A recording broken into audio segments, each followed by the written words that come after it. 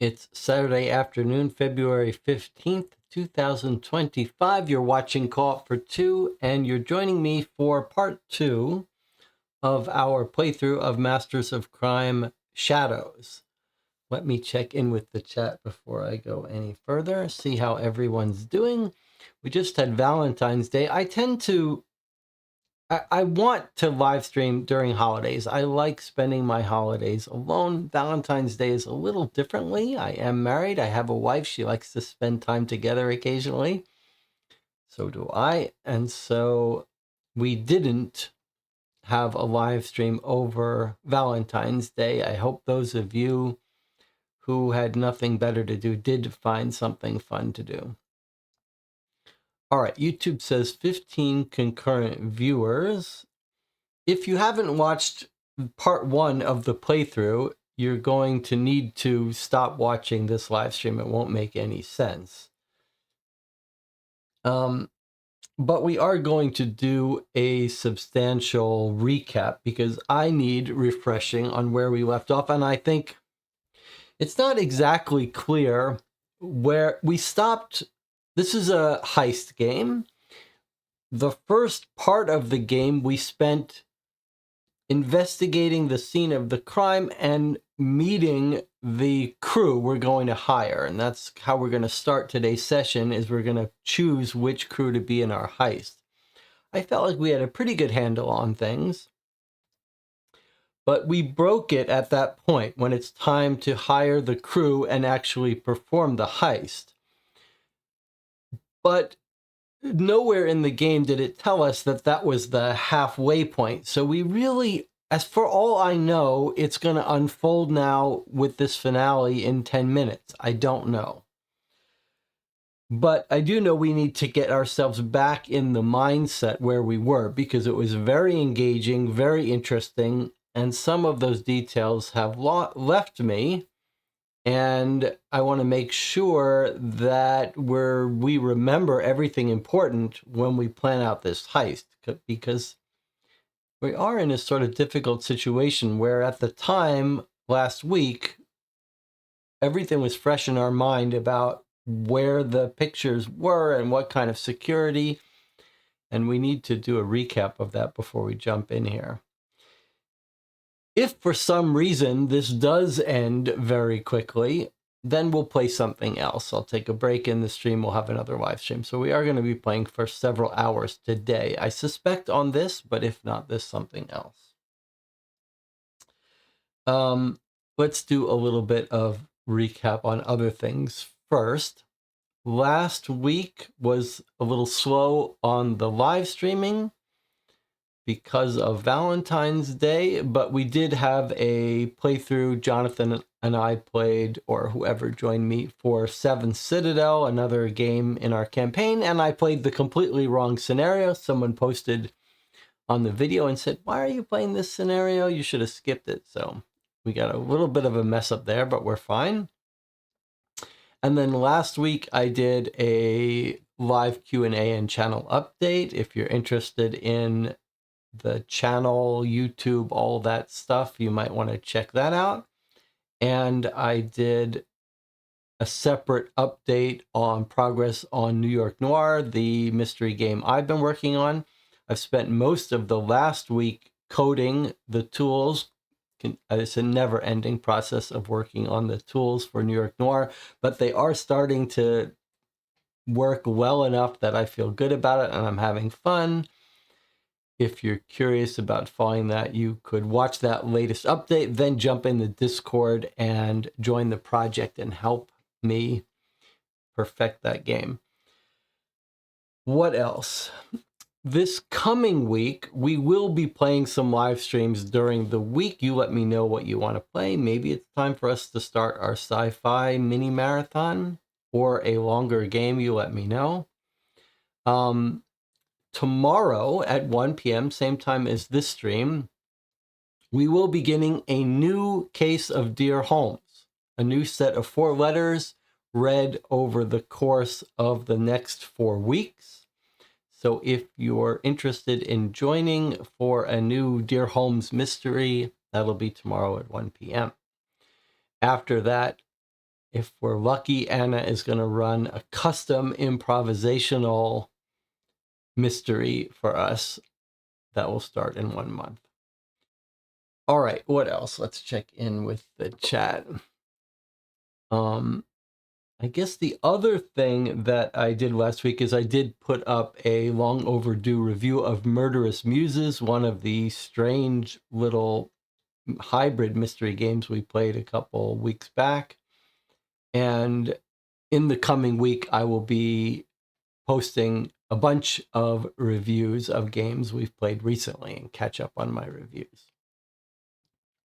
All right, well, if there's nothing else, Rob was saying about a new PC game he's playing called Type Help, inspired by Obra Dinn and Ruchis. Okay, that sounds interesting. There is if you're interested in video mystery games, there is a thread on the Board Game Geek Guild forum section for Co-op for Two where people post PC game discoveries, and it sounds like Rob has found a new one. All right, let's try to recap our case in a non-trivial way. So this is going to take us a bit of time. Let's just reacquaint ourselves with everything. Masters of Crime is a series. We've played Vendetta, which was a mob-based scenario, and now we're doing a heist. The commonality in all the Masters of Crime games is that we play sort of criminals or pretending to be criminals, something like that. In all cases, there seems to be a board. This board is mostly used just to organize your cards. We have not been, because this is the wrong aspect ratio to fit well on this table, we haven't been using this, but we have been keeping track of our stars here. These are used for our score. So we've gotten 10 stars so far. Is that good or bad or average? We don't know. Let me remind you, when we finish playing this game, we will talk about it. We will review it here live. So those of you who have been joining me for it, I hope you'll maybe keep a little pad and paper nearby so you can write down interesting game design moments, your favorite moments, least favorite moments, anything you want to remember to talk about. The other thing we'll do, though, when we finish is we'll look at the cards that we've set aside during gameplay. So this game has us shuffling cards in and out of decks, and largely what we're doing as we're playing is making sort of A or B choices. It's not really a branching choose your adventure, but each place we go, we can choose one thing or the other, and the other card we never get to read. So it seems like we're doing well, but I'm not sure if some of our decisions feel like they were the right decision and got us a star, but maybe it's going to turn out that no matter what we did, we would get stars, or maybe we dodged some punishments. We're going to find out all about that after we finish. The one thing that's different compared to Masters of Crime, or one thing that's different, is this little alert system, which subtracts from your stars. So the stars are going to affect our score. We have not gotten any alerts so far. That suggests to me that we're making good decisions, but the alerts may come during the heist phase. And the game has been instructing us as we play to put cards in and out of this heist deck. And that's what this part 2 is going to be about. So we're going to see some of the consequences of our choices. But we don't really need this board for now. Now, one thing, though, that did occur to me, trouble that I'm a little nervous about. And I went back in the video and tried to find this. So as we're playing, the game is telling us to add cards to the heist deck. Do you remember that? Okay, of course you remember that. That was sort of a main thing. And in fact, if we take a look at the cards that we read, these are the cards we read while playing, and I think I'll go through some of these during our recap. But so occasionally it says to get a star, and then occasionally it'll say add a card to the heist deck.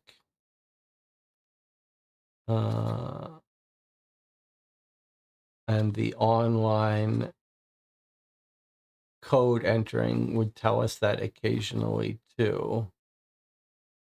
I don't know why I'm not seeing any on any of these cards. I'm sure there's some on these cards. Okay, but certainly when we entered codes, it would say add this card from the deck to the heist stack. And the instructions tell us that it's going to tell us how to handle that in a second. But let me tell you what I'm a little bit concerned about. I remember at one point reading an instruction that said, add card X to the extinction stack or elimination stack, right? Do you remember that? And in fact, the whole chat should chime in. Everyone who's here, YouTube says 16 people, but everyone who's actively here should say whether they joined me for the first session or if they're just using this to pass time. But anyway, do you remember how it said, put this in the extinction stack or whatever stack it called it? And at the time I said, oh, that's weird. It's calling the heist stack the extinction stack. And I said, it must be a typo or they changed names. But I'm starting to be concerned now that that was a phrase meaning we should put it out of the game. Like, no matter how you look at it, it's a typo because it was talking about a term that we had never heard before as if we knew about it. But I just assumed that the term it was talking about was the heist stack.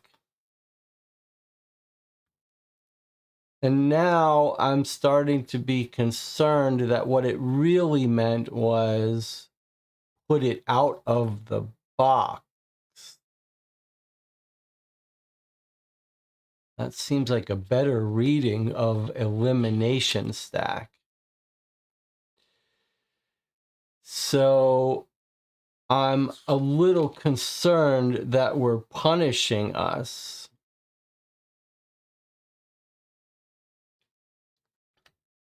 Punishing ourselves. Now, it would have only happened once or most twice.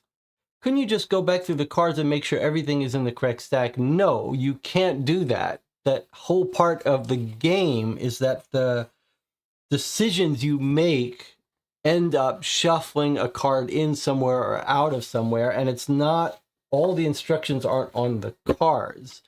Half of them are online. So the question is, what card was it, and where did it say to do that? It was at least one. It's not an issue with these things. These are all clear. And in fact, on the cards, it's always talking about put this in the heist stack or put this in the box. But it's the online stuff, which is not easy to reconstruct. The only way to reconstruct it is to watch the previous video. And I tried to skim through it to find that. It's not on these cards. So I don't know what that is. It would have been one of the online codes that we entered when solving these mysteries or going to these websites. So it's not that easy to reconstruct. I don't know the answer to that. We could find it if we watched that 5-hour playthrough again, but I skimmed it and I couldn't find it. The worst that will happen to us, if that's the case, is we will have made the game, I believe, harder for us, more punishing for us, but it's not like we're going to be able to undo it easily if we make that mistake. So I don't have a great solution to that. But let's do our recap. So the game starts. These are all cards we've read previously. So let's go through them and sort of recap for ourselves. The game starts, we're in this van, we're planning a heist. We get a call from our employer, and we're told that the heist has happened on July 28th. We're going to steal one of two paintings.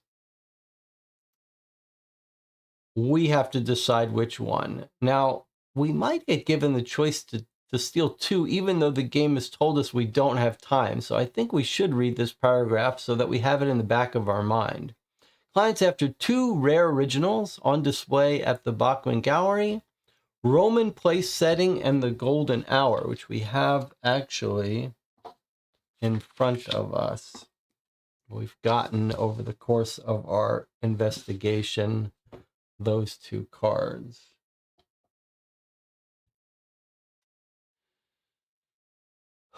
They're going to pay millions for each. You make it clear getting even one of them will be difficult enough, so stealing two paintings is out of the question. In the end, you agree to steal one of the two. Which one is up to you? So we could steal one of these two, it sounds like. We need a crew. We're going to go pick our crew. That's the setup.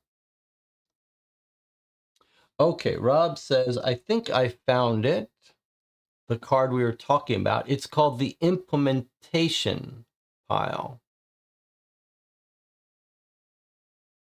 Okay, well, implementation pile then does sound like probably the heist stack was the right place to put it. I think we heard it called two different things, but okay. 61 is in our stack. We got that one at the end, I believe. So 61 was added to our heist. No. 61.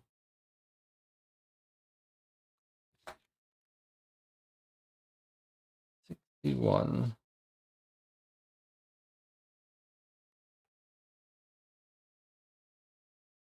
61 is not in our... Are you sure about that, Rob? You're going to have to tell me where you found that. Because...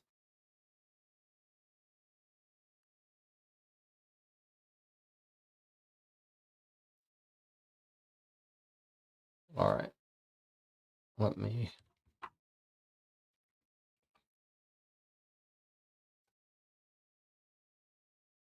No.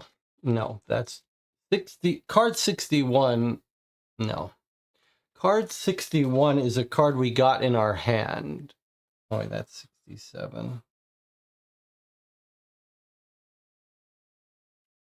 Oh, boy.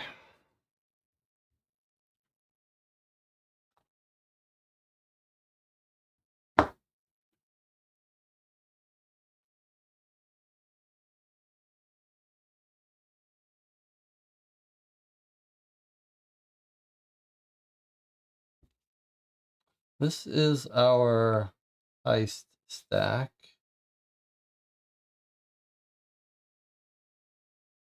Oh, I see. Okay. Okay. That's a little better. Okay.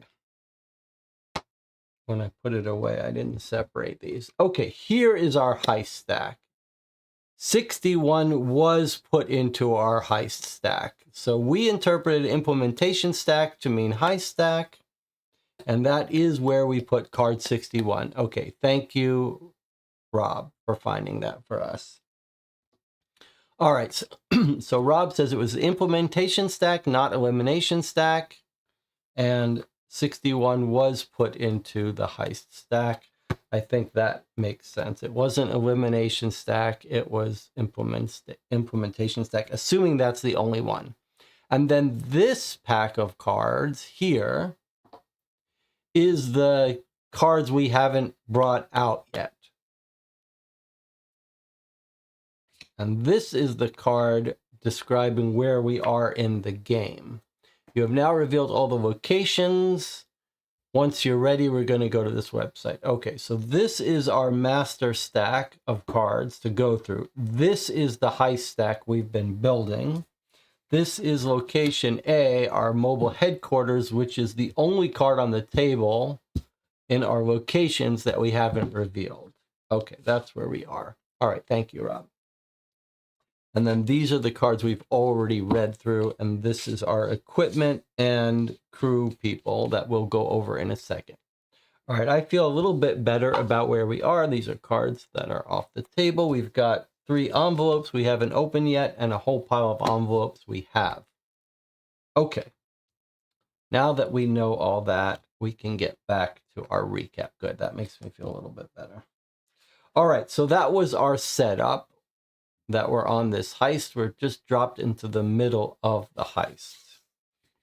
And then throughout the rest of the game, we essentially did our investigation of the gallery and meeting a crew. $100,000 budget. Okay, so with our $100,000 budget, we were shown potential people we could hire. And the most of the first part of the game that we played was meeting these people while we cased the gallery. And we came up with a plan.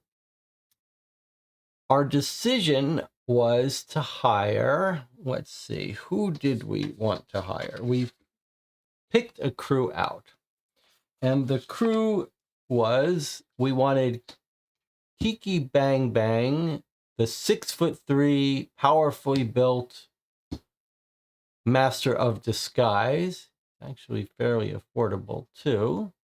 And he's a narcotics expert because we planned to knock out the guard and steal their ID, and this guy is going to be a good guy to do that.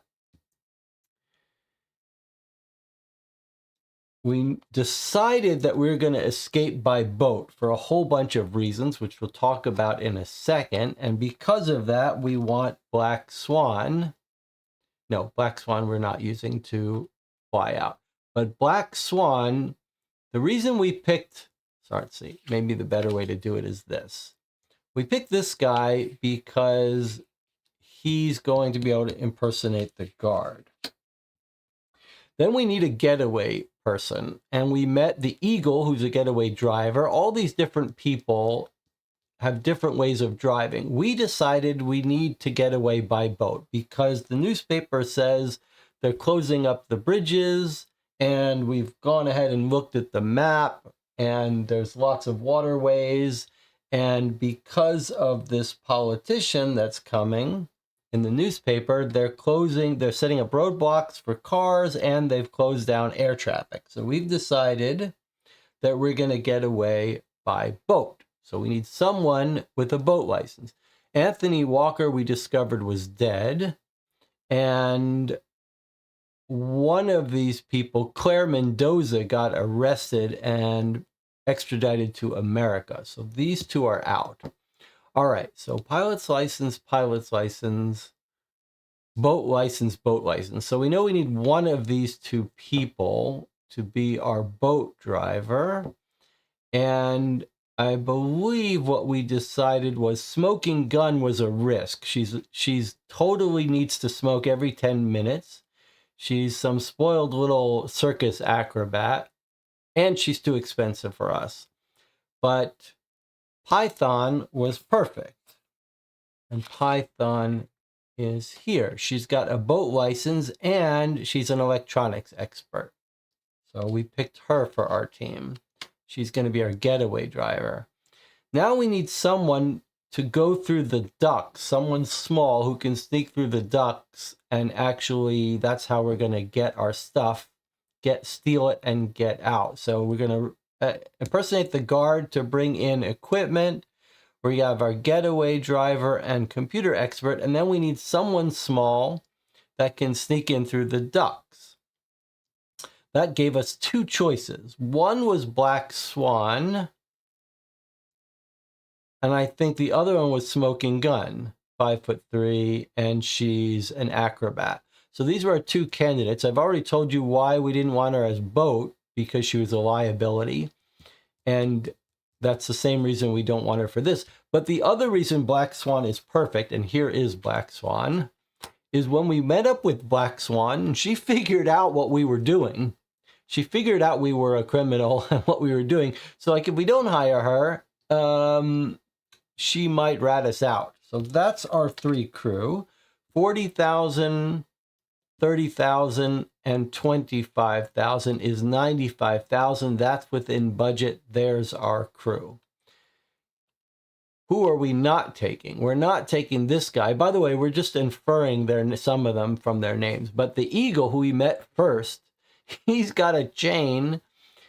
He's the boyfriend of the head of the gallery. If we hire this guy, we're dead. He's going to tell on us. Rubix, the other hacker, he it seems like from what we could see in the discussion with him, he and Python were friends working in the same computer shop. He seems to be an informant for the feds. And then this woman, the smokeaholic, Smoking Gun, she's the liability because of her smoking. So it felt like these were all actual right decisions, not just psychological decisions, but actually strategic decisions not to pick these 3, but to pick these 3. Okay, so that was our crew. That felt like we did that right, and we figured out everything we have to figure out. Now, in this newspaper, there was lots of stuff. Let's just review what we learned. This is one of the possible crew members. Turns out he's dead, so we know we're not going to hire him. More articles about bridges being shut down. That's why we can't use this as our getaway, but maybe even makes it more appealing to get away by boat. Now, this was an interesting article that pays discussing a little bit.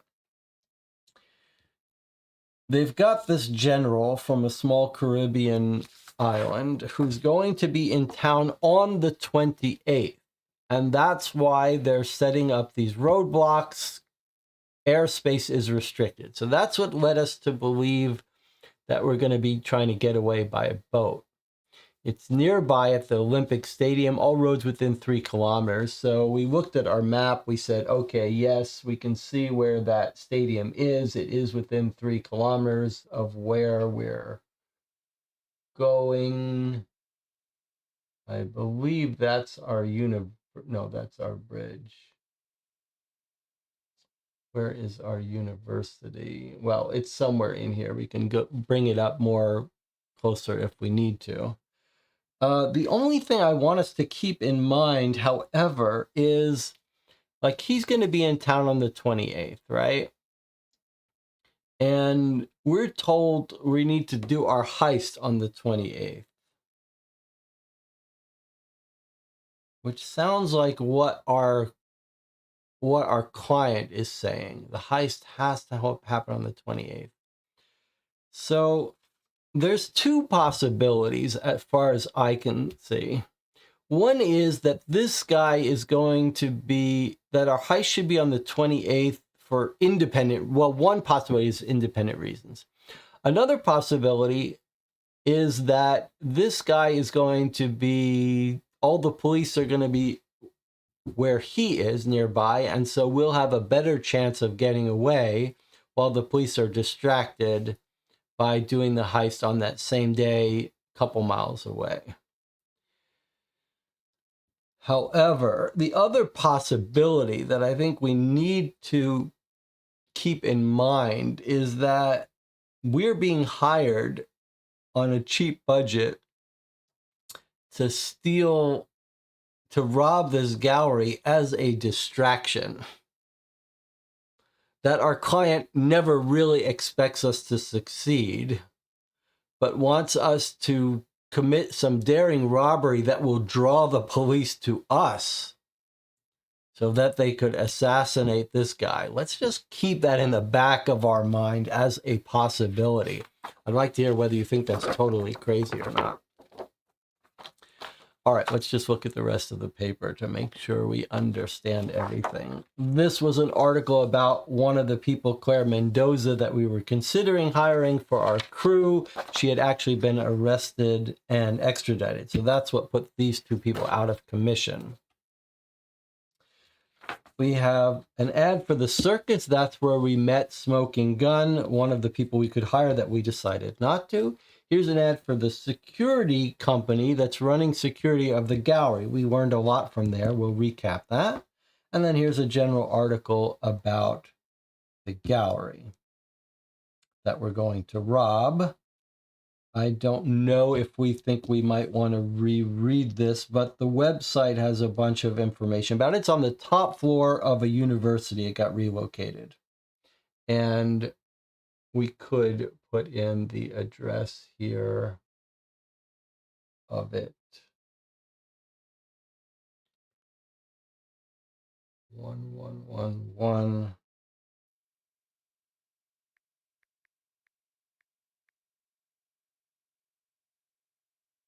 All right, so there's our university. That's what we're robbing right there.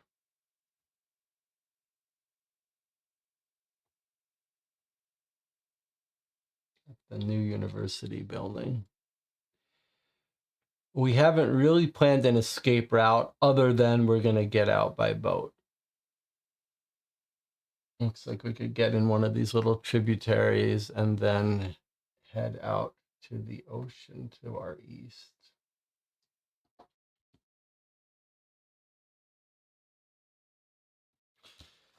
Okay.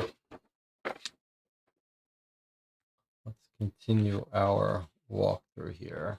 So we can skip the different people we met that we decided not to hire. That's Smoking Gun. She can't go 10 minutes without it. This was the store, the spy store where we met Rubix and Python, and we chose to hire Python. This is where the kid keeps getting a call from Quantico. That's how we knew he was not to be trusted. Black Swan pointed us to the Black Swan, who we're going to hire, pointed us to Kiki Bang Bang, who we meet here, not by name, but we figure it out. This is Black Swan telling us about ventilation ducts. Now, I'm not sure we can trust her. Her eyes twinkle excitedly when we ask her about the plan. She says, oh, the ventilation ducts in the new gallery are just exquisite. So she's the person that we're going to hire to steal the painting through the ducts. And then this is her knowing who we are. This is the guard that we are going to impersonate because the security cameras check the guard by appearance and they have a live feed over the gallery. So we need someone who looks like the guard. We chose to drug him rather than try to bribe him. Too risky, or this send him fake termination. We didn't think that was going to work. And that's partly why this guy is perfect for us, because not only is he a master of disguise, but he's a narcotics expert, so he will know how to drug this guy. So that's our plan. In the director's office, we figured out the schedule for the guards, which guard to impersonate. We discovered an open window. Very important. In his director's office, there's a slightly open window, which is odd because most of them are kept tightly locked, and it's soundproof in here. So this is how we think we're going to get out of the building with the art after it's been stolen. We're going to go to the director's office and get out through that window. Now, we found our paintings. They're both secured by thick metal cables. You're going to need an angle grinder to cut them from the walls. Then we've got the corridor to the director's office, and we noticed early on that this card with our equipment absolutely does have an angle grinder, cable cutter, security guard outfit, and climbing harness. So we seem to be well prepared for this part of it. Okay, Okay, this is the director's office where we found that he was having his boyfriend is the getaway driver, night guard schedule. Oh, maybe I did these. Okay. Mhm. Guard's trailer. City archive. All right. So I guess. Oh, these are all done. These are the ones we haven't reviewed yet. Okay. This is the gallery. We need to get inside during opening hours. How are you going to smuggle in the gear? And then we realized, okay, they don't metal detect the employees. So that's our idea, to come in with the ID, and we think we're going to get in with the guard's ID. There were some other job openings we thought about, but they don't look like they're really available. But the guard should be able to get in. Maybe he can even sneak in the girl in his duffel bag or something.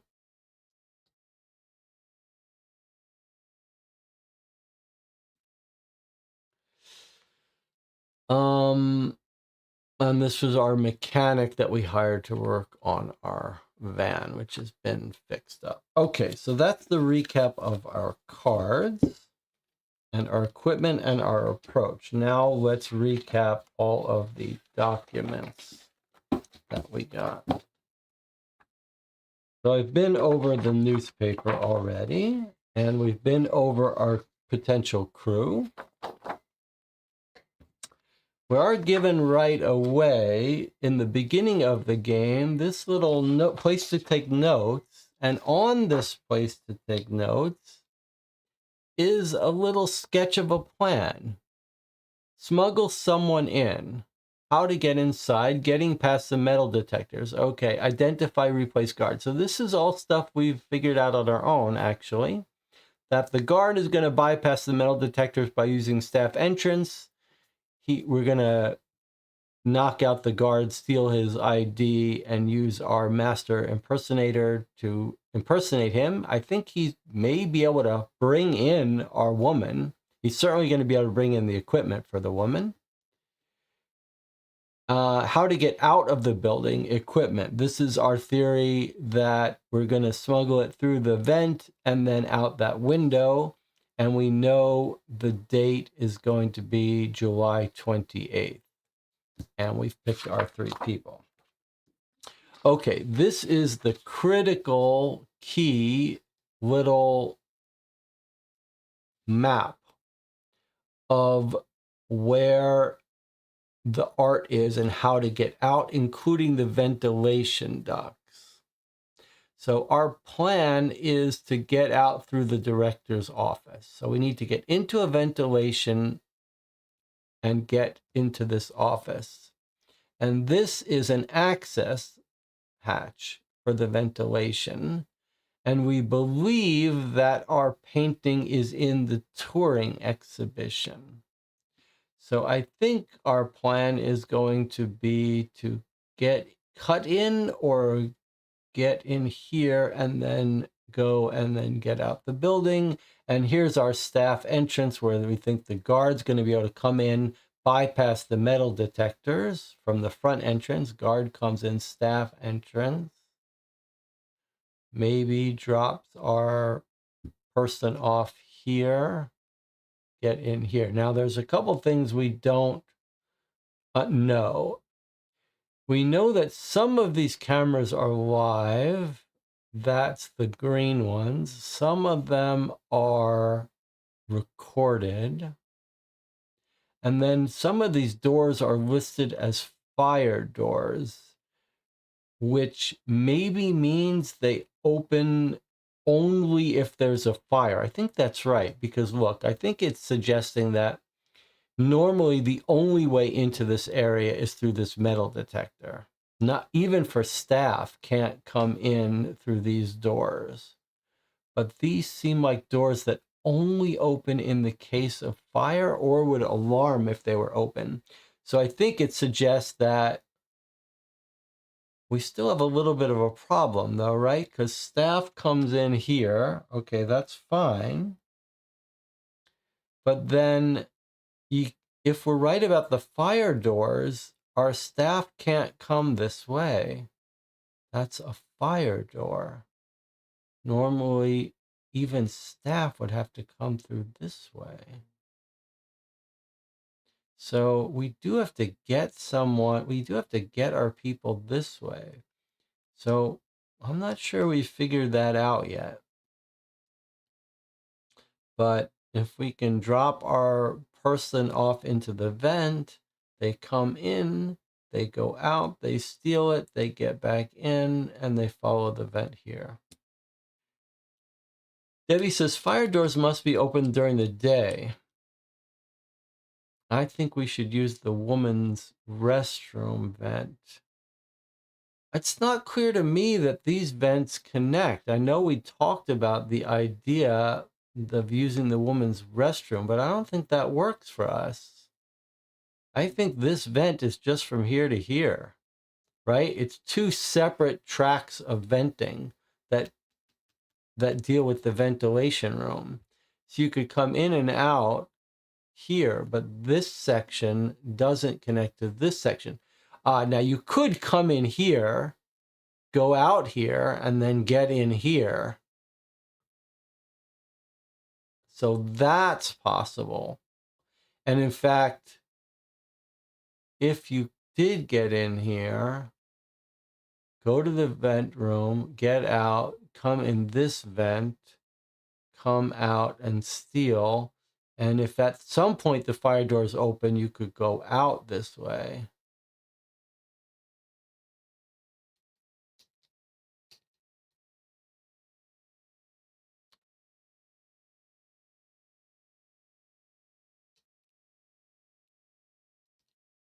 Well, we're going to discuss this more in detail before we go. It's true, there's only one entry, there's only one access hatch here. But I don't see how else it helps you, but we'll discuss this later when it comes time, when we get asked questions about it. This room, which was a puzzle, shows us the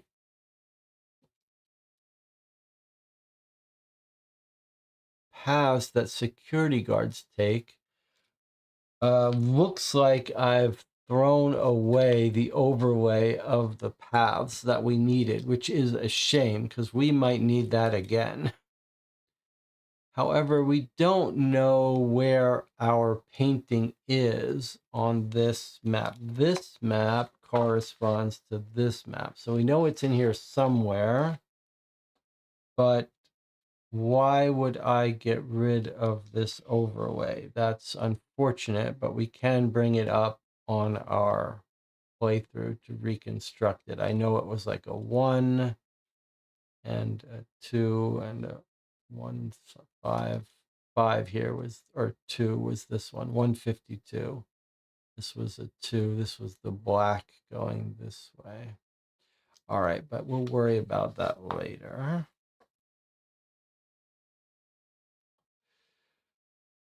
Here is our time information about the guards. Regular opening hours 10 p.m. Security guards have to inspect the building. By 10:10, everyone's gone. Then they're going to activate the cameras to start watching them. They're going to remote surveil until the doors open. Previous patrol routes have been changed. Check the patrol plan for the new routes, which are here, which we talked about. The system will check the security guard's physical characteristics against the transmitted video footage in real time. So that's the part where the live cameras, which are the green ones, our fake guard has to be walking his normal route, and they would see if he tried to steal anything. Do we know where our actual paintings are? I guess maybe we're going to get that in a bit. Then we got the director's schedule, which we used for various information. We used to verify that that his boyfriend is the getaway driver Eagle. Doesn't look like there's anything else of important and nothing going on the 28th, which is our robbery. This we just used to figure out which guard we had to is going to be on duty so we can steal their stuff. We know it's the night shift when the museum is closed that we're targeting. And here is information about our two paintings. The channel had some concern that the golden hour might be fake because the date was wrong about the Empire State Building. To me, that doesn't make sense. If it doesn't match the date, these paintings both have to be real at some point. So I don't know. I think we could choose either one. Here they are here. And if you don't think the Empire State Building was here at this date, then that's a mistake in the game.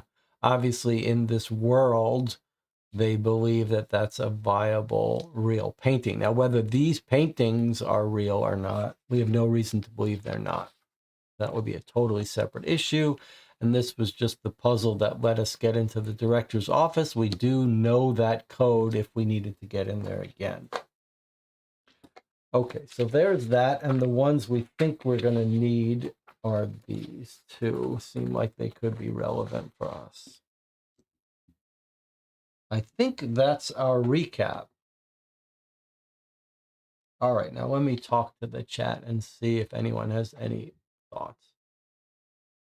It's possible this setup. I don't see how it helps us. We can't refuse the heist. Yeah, it doesn't really help us at this point, but it could come in later. Melissa says, interesting, they gave us the choice of what painting to take. Seems to maybe lean towards the way we were being, I don't know. The fire doors must be open during the day. I think we should use the ventilation shaft in the women's restroom to enter. You can get from the utility room to the exhibition. The other vent has only one entrance. We know the routes that go past the most valuable paintings, but we don't know exactly where they are. That's right. We know the most valuable paintings are these black, yellow, and blue. Seems like I'm going to have to reconstruct this. I don't know why I got rid of that.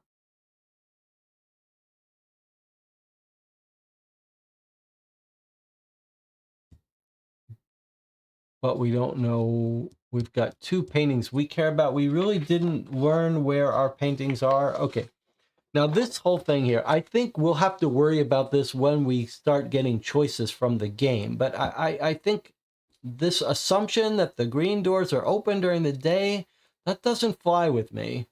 First of all, it's clear they want to force people to go through the metal detectors. So they obviously don't want people to be able to walk through here. So these aren't open. And they are called, they does say open fire doors, but I don't know what that means. But it's obviously, I mean, you have to be able to get into the women's restrooms, so they must be open to access. But on the other hand, it doesn't make any sense that they would have a metal detector here, but not here. So I don't know how to make sense of that. Right? The whole point, it can't be that this is the room that they care about metal detecting. And so they don't care if you go in this expensive one, but they do care about if you go here. I guess that would be one way to say if all the fire doors are open during the day and everything's open except the west wing.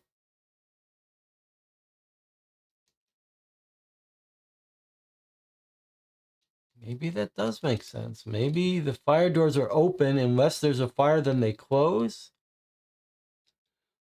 Maybe you're right. Maybe the point of fire doors are to close to stop the spread of fire. And so maybe these are open during the day. But then you still have the same question. Are they closed at night?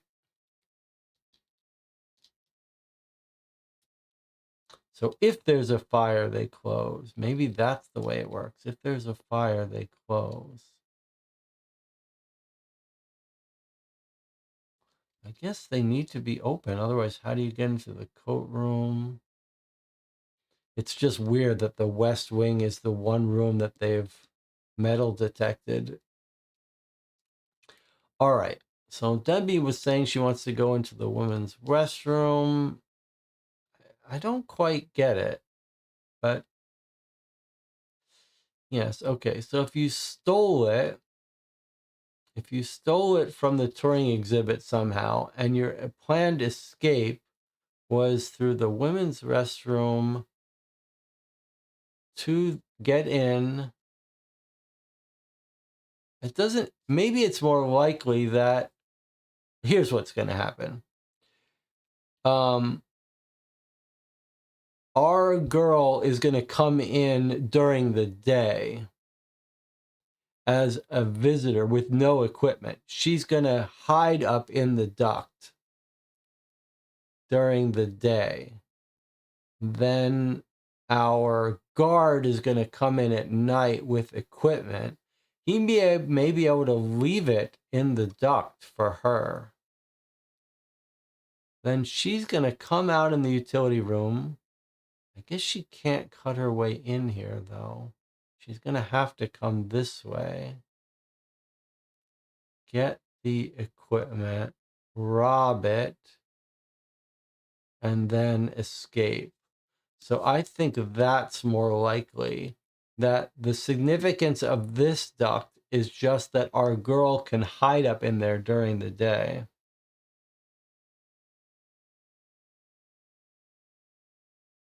And then, but she won't have the equipment to cut into this. So I don't think she's going to be cutting into this, but she could hide up here. Then she could come out during the day, get the equipment, and then steal it, get into the vent, and escape. All right, it sounds like the chat has figured out something else clever. Debbie says it could be that smoking gun cigarette smoke would close the fire doors if you bring her. I think that makes sense. And then the fire doors automatically close to compartmentalize areas during a fire. They're generally open at all other times. Okay, that makes sense. All right. So that's our new theory. The green doors are open all the time. I think it's going to turn out that we're going to have our girl hide in the vent during the day. She's going to come in empty-handed as a regular patron visitor, and then she's going to jump up into the woman's restroom, vent, and hide during the day. At night, our security guard's going to come, bypass metal detector with all of our gear. He's going to leave gear for her, I think is what's going to happen. We still don't know where and how she's going to get the item and what's going to be most convenient for her to where to leave it. But I think what's going to happen is it's going to turn out that she can't come back in this way because of the cameras, but there's a live camera here. Maybe she can come in, go out. She's going to have to somehow bypass the live cameras. But it's going to give us another chance to work on this before we have to do anything. I think we've done enough recap. We'll obviously discuss all this stuff when the game asks us to. I'm assuming it's not going to ask us real-time stuff. And I don't think there's anything else we need to review about the online information. It's conceivable that there's some detail of the online stuff that we would want to review. There was this video call, but this one HR person's at home, so it's not like we can see anything in the gallery, so I don't think we need to review that. This was Spy Tech, though. And we used this to change the service call so they wouldn't fix up the cameras. I don't think we just got told about the guards and stuff.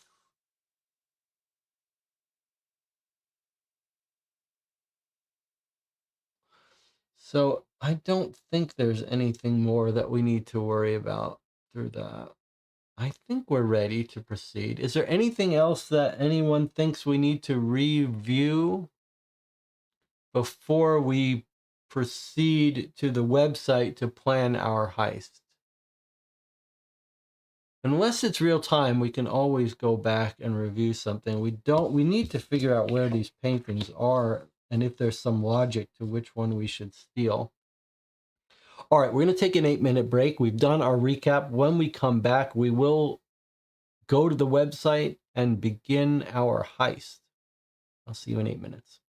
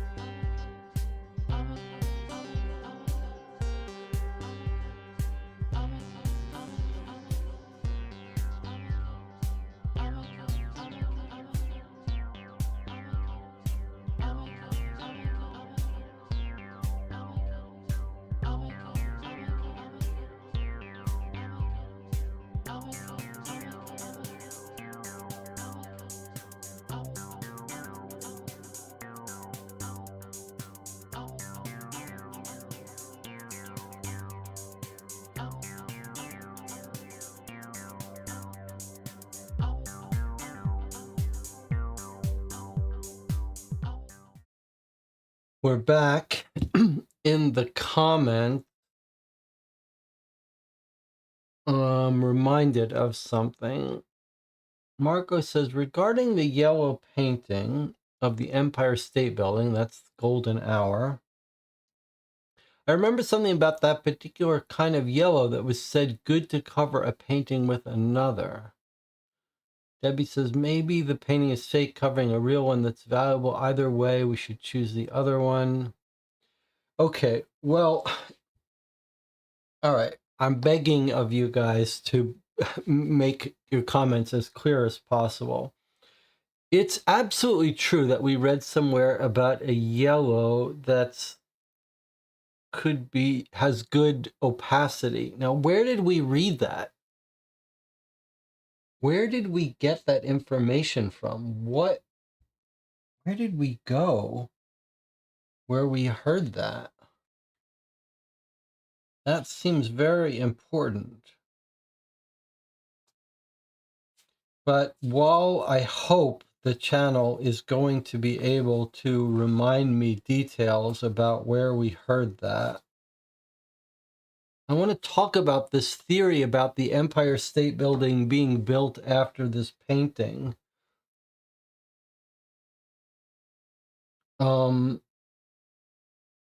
Think about what you're... think logically about this for a second. We're told this is $1 million painting at the gallery on display called the Golden Hour. This is the brochure. It says the 1919 masterpiece. So you cannot, your theory can't be that, hey, this painting is a fake because the date is wrong. That doesn't work in the universe of this game, because everyone at the gallery would walk up to the thing and say, this is wrong. So to me, the real explanation has to be a game mistake here. But if this is a made-up painting that the game authors have come up with, Golden Hour painting,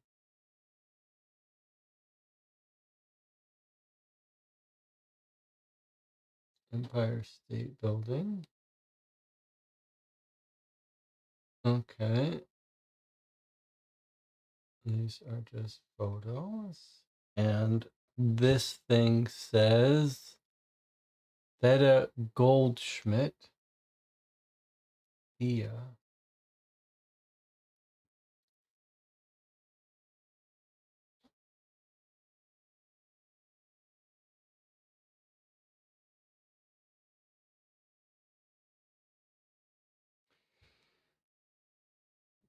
Okay, so if you search, it doesn't exist. It's a made-up painting. The point is, the game has created these paintings. In the game world, they've made a mistake.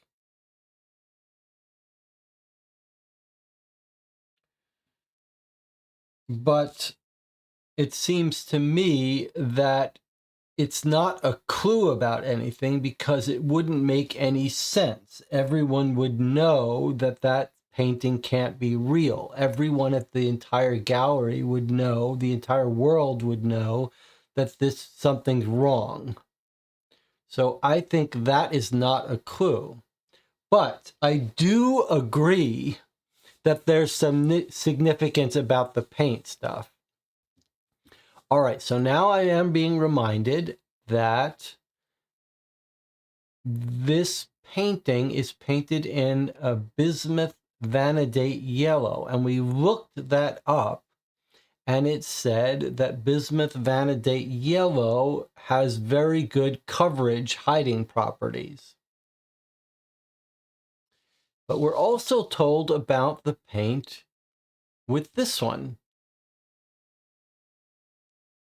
And now that we're talking about this, it feels like that this is significant, that we should look it up. But as Debbie says, we don't have to do this stuff right now. But for all we know, there's going to be a timeline. Okay, so the Beaster paint is a brown pigment made from boiling the soot of wood. It's transparent, it has no body. It's frequently used in conjunction with pen and ink as a wash. So it's transparent and has no body is this one. And this one, the bismuth vanadate, is the one that's got high coverage. So that is seems very telling.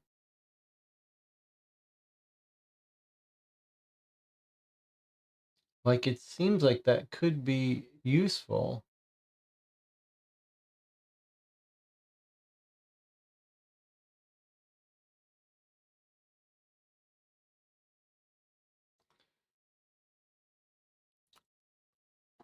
Water resistant.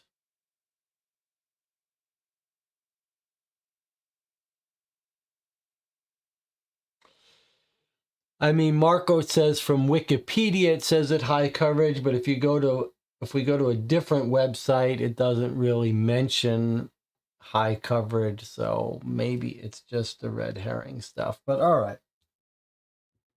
I just want to the part that I think is important is the part about this error about the date of the Empire State Building has to be can't be significant if you ask me. But okay, that's just my opinion. I think we are ready to start our heist. All right.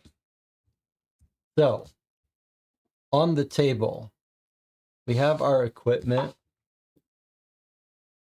We have our 3 people we want to use for our heist, our 3 people we don't want to use. the guard's ID card that we're going to try to steal, and our equipment. We have our heist stack, which we're told just leave alone. We have the 2 paintings we're going to choose from. We have the 1 location card we were not told to ever flip. And it says explicitly, don't do anything till you're told. And this is the card when we're ready to proceed. All right.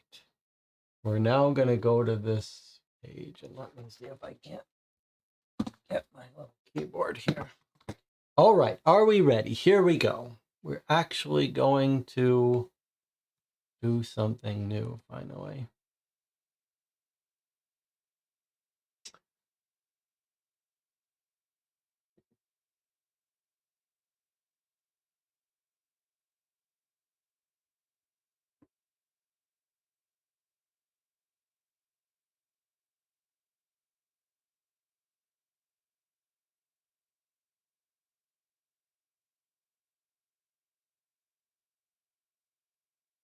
Why is this such a long URL? Shadows dash planning dash the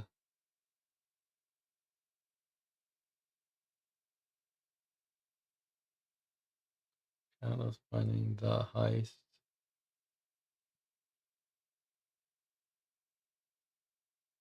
Of course, it couldn't be found. All right, surely there's a link to it. Okay, guys. No. Okay. All right. Okay.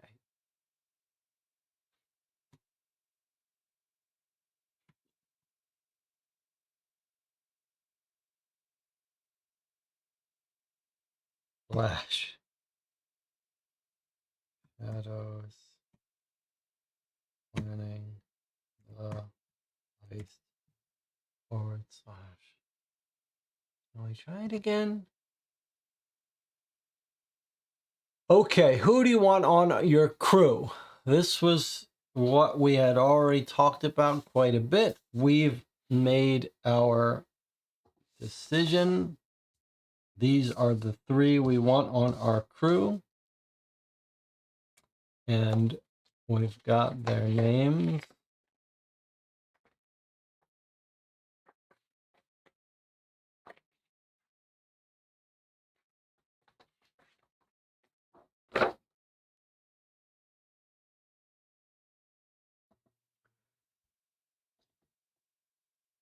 All right. Python,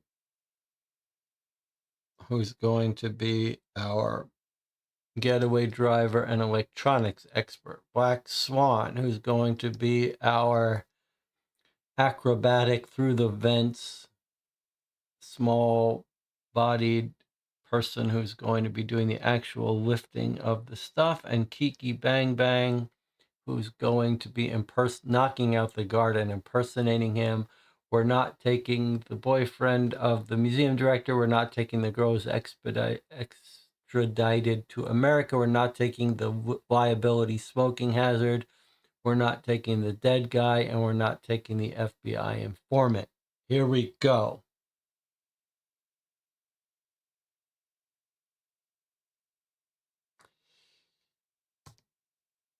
You've decided to rescue the former ballerina from the drabness of the city archives to hire her for your crew. Add cards 45, 46, 48, and 52 to the heist stack. Okay, so it's going to have us take all our people and add them to stacks. Okay, so 45. This is pretty cool, I gotta say, not knowing how this is working. So this is the stack of cards we have remaining. And it's telling us to seed up our heist deck. 45, 46, 48. The order doesn't matter for now. And 52. Okay, so that's Black Swan's cards. 45, 46, 48, and 52. they get added to our heist stack. Okay. 47 and 51 go into the box. Okay, 47 and 51 go into the box because of that choice. Python may look dangerous, but she has a wide range of talents to offer. She'll be a great addition to your crew. Add card 42 to the heist stack without looking at it. All right. And 41 and 43 get thrown away. Okay. I can't wait to look at all these when we're done. Kiki is charm dialed up to 11, and Bob's the muscle no one wants to mess with. Adding this all-around package to your crew is a great choice. I don't get it.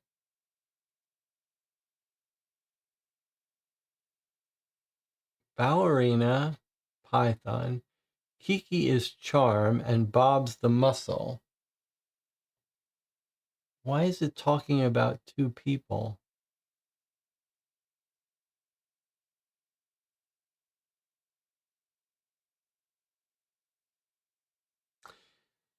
Kiki is charmed dialed up to what? Kiki and Bob are the same person. Oh, I see. Kiki is his drag name. It's just referring to it as two people, but it's just one person.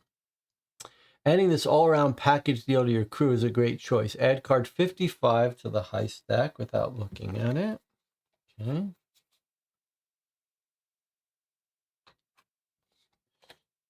And then 54 gets thrown away into the box. Fine. Okay, and then 36 gets thrown away without looking at it. Select next to make your choices for the remaining details. Okay.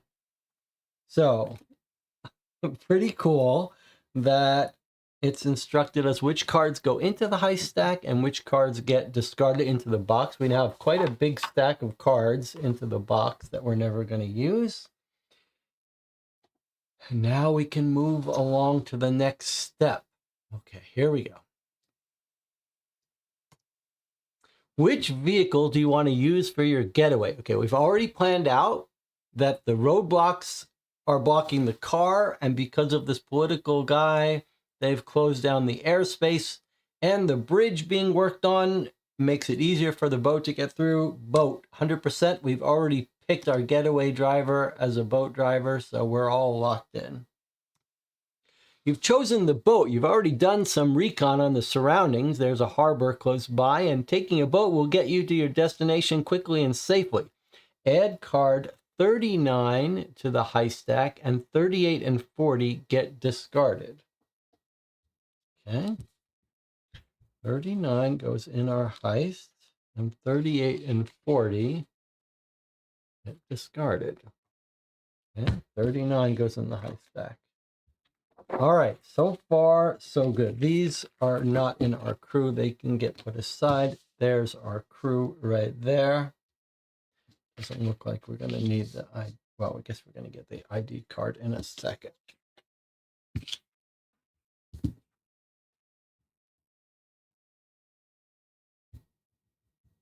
All right, next. We're going to have to choose what painting to steal. Now, this is troubling because it feels like everything so far, there's been a right answer and a wrong answer. But now it's asking us to answer this and we don't know what to pick. We don't know where these are. It feels like, have we missed something about being told where these are? Bookmark this page. Is there something we're missing about knowing where these are in a photo? Is there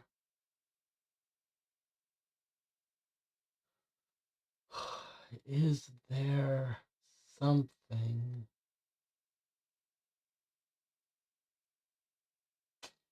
Is there some way for us to have known where these paintings are on the wall?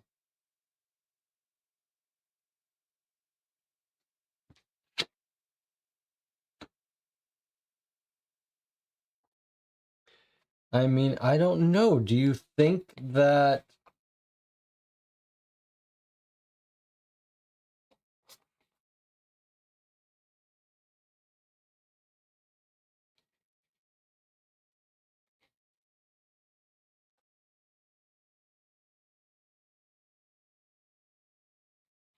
let's look at when we toured the exhibition hall. Price of art. We walk through the tour space. Surveillance cameras on every wall. State of the art.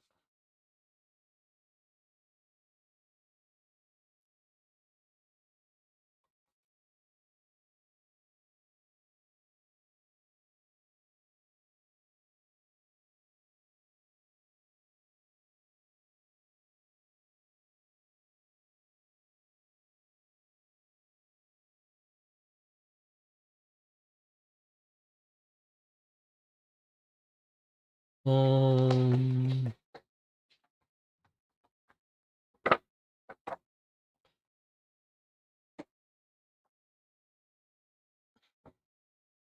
do you think the yellow route could be for the yellow painting? So I did find my overlay.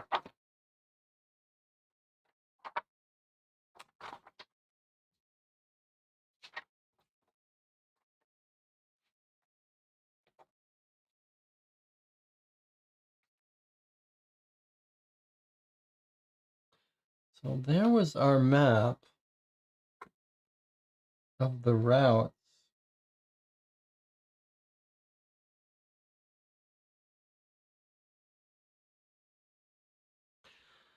Primary routes through the most valuable stuff.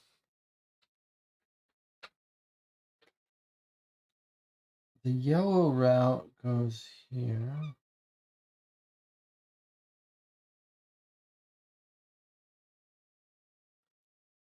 That's the black route here. And I guess the blue route is here. I don't think that helps us all that much.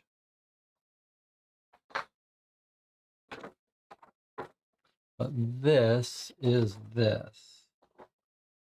So if it was the yellow route that took us past these paintings, it would be here. And if it was the black route that took us past these paintings, it would be here.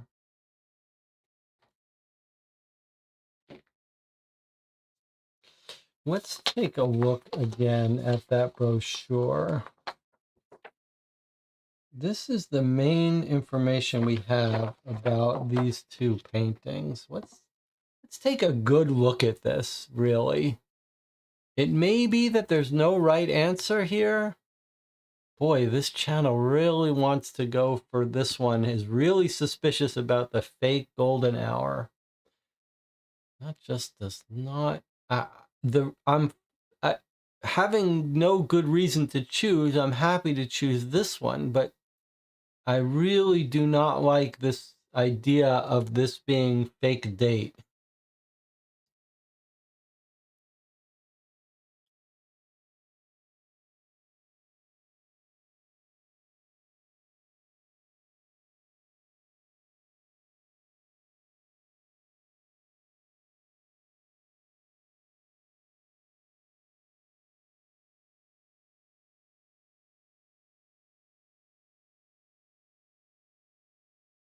I mean, this one is older. Oil on canvas.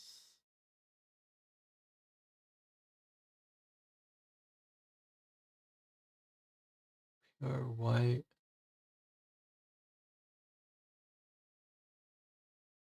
Could you make the case that we're going to have to be bringing these through the ductwork.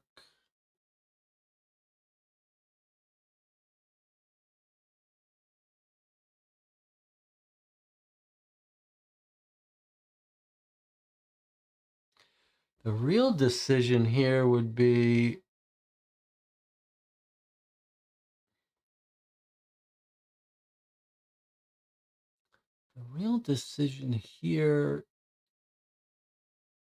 would seem to be about its location.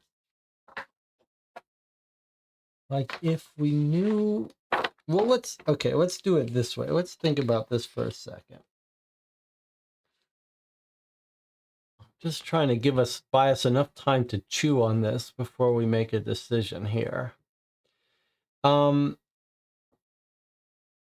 If I told you that one of them was here and one of them was here, would it then make a difference?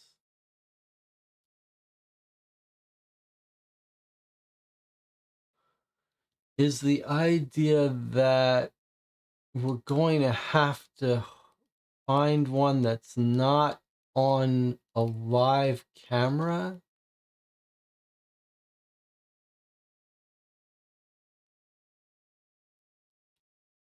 I guess what I'm trying to say is that have we overlooked some clue that told us where these are?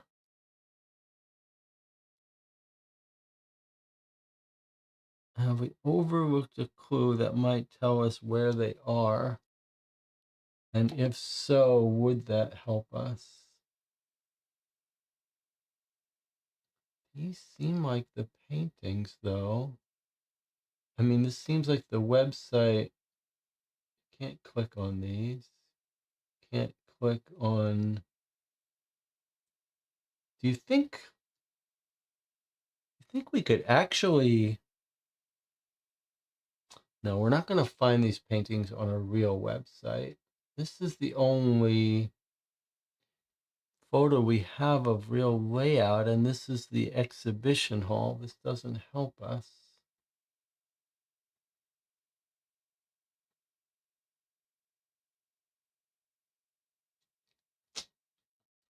All right, let's see what the chat thinks.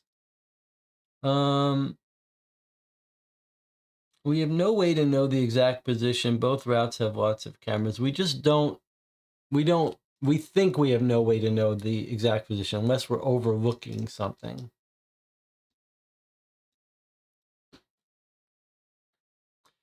Was it something in the director's office if we had stayed longer? It's an interesting idea. We are told about how they're both locked down.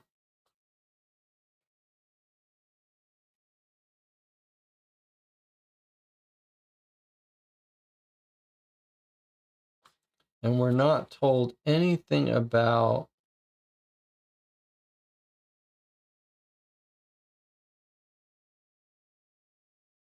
hold on a second.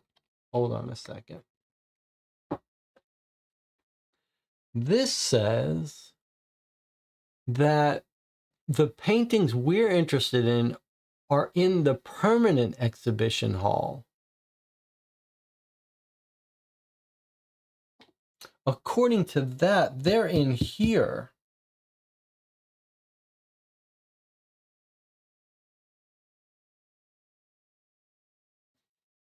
Did we just assume that they were in here because that was our security guard map?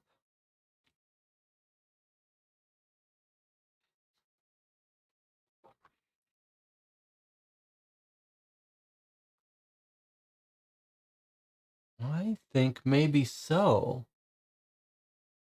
So actually, in the permanent exhibition, there are no live camera feeds.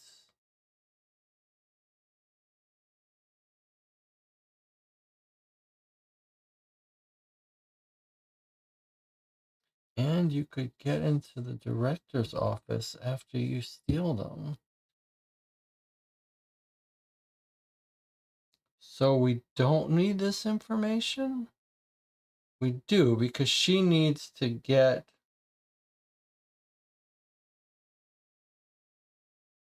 If she hides here during the day, could our guard just drop off stuff, the equipment for her during his walk when he goes to the bathroom? And could she come and get it, come out here, steal it, walk out?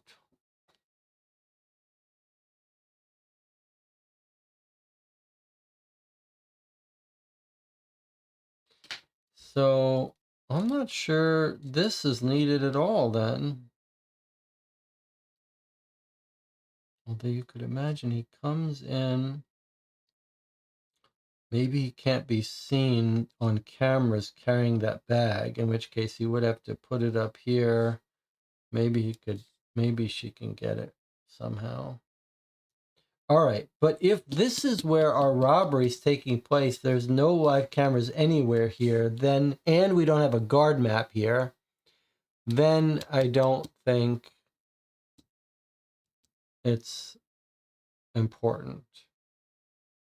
But chat says, I think one choice give us a valuable penny, the other one a much more valuable one covered with a fake. Either way, we should be good. To be safe, should we choose the black one? It's not like we get the money.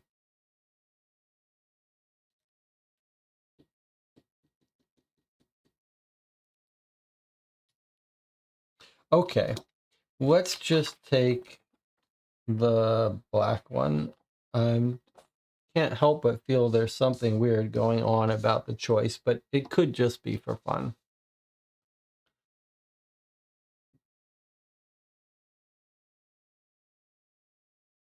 All right, so here we go. We're going to be choosing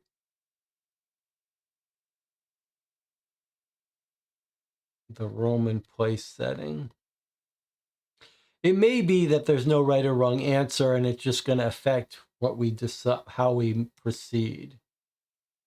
So I'm choosing the Roman place setting, and I'm clicking next. You've chosen the Roman place setting. Make sure this painting is the better. You're sure this painting is the better choice. You hope your client will agree. All right. Well, I feel like we might be missing something, but it is what it is. Add card 50 to the heist stack. Card 49 without looking at it. It's discarded. Fine. Reveal and read card 12. Now, I'm a little troubled that there's still one card in this deck that we haven't, it hasn't told us to get rid of.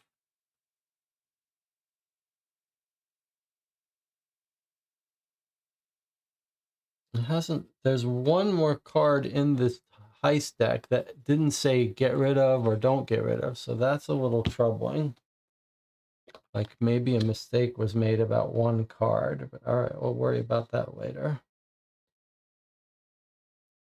Now it says reveal card 12 from location stack A. That's the one card we haven't looked at yet. Rob is saying very unhelpfully in the comment, I think we're supposed to deduce which one to pick. Okay, well, that doesn't help us now. It's too late for that. You could have spoken up earlier and told us to think about it more, but it's too late. All right, here we go. It told us to read card 12. You're enjoying the calm before the storm. Most of the work has been done. You've put together a crew. You've done your recon on the surveillance system and know how to hack it. You've got people on the inside in the museum. This means you really are ready to roll. The equipment gets one final check, then you decide that everything's in place. Your burner phone rings and you answer it straight away. It's your client and he's pleased with the progress you've made so far. When you ask about the handover location, your client tells you to check your mailbox. You hang up and step onto the withered grass outside your parked van. appears your client has set up a small mailbox to the right of the door. Inside, there's a cryptic note. Okay, so it wants us to take envelope 8. It says, follow up all unresolved leads until all cards have either been played, discarded, or added to the heist stack. Only card 72 should be left. Okay, so that's a bit of a problem for us because 37 is still in here. I don't know what we did wrong about that. Unless we're going to get it now, but I don't know. Let's do this and then we'll try to figure out why we've got card 37 in there.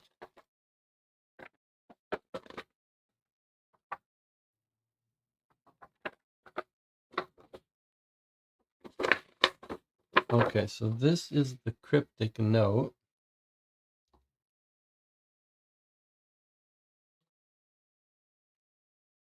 Okay. I stand steadfast upon the shore, day in, day out, against salt and foam, to show safe passage, and what's more, light every sailor's way back home.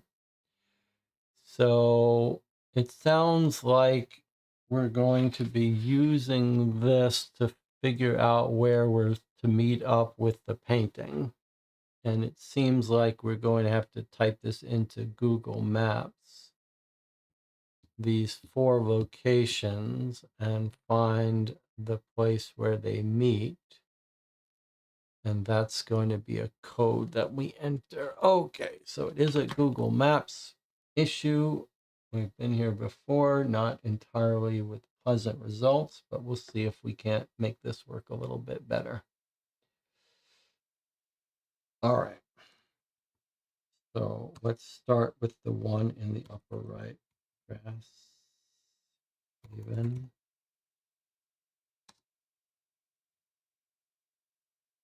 Oops. Grass Haven. Let's try typing it in properly.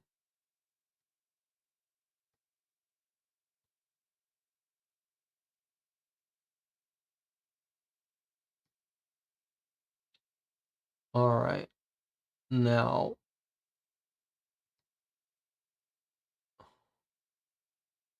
done. All right, please, Google Maps, please don't make this painful.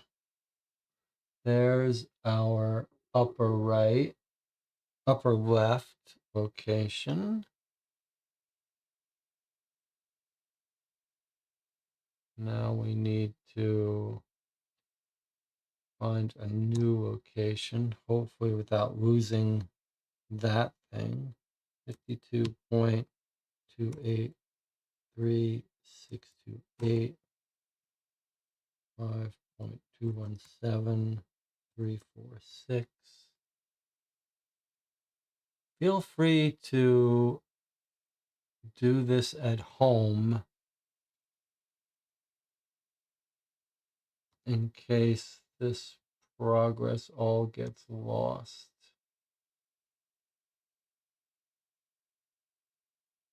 Where is our other? This is what's okay. Well, there it is. It's that red dot here. Somehow we're going to have to.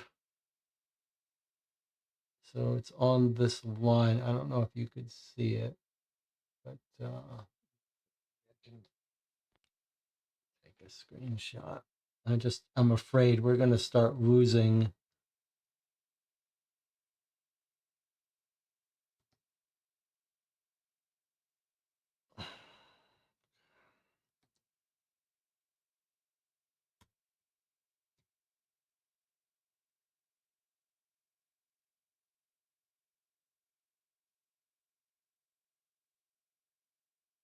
Okay. Can we say by direct route? No, it doesn't matter. Okay. Add stops. Let's just try to add our other stops. I don't know if this is going to work. Let's put this other place in. Lowestad exposure.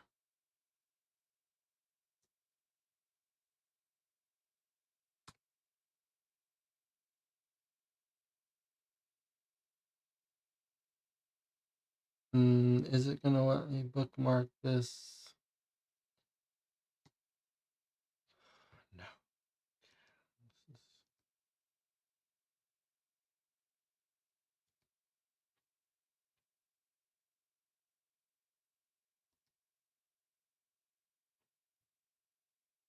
All right.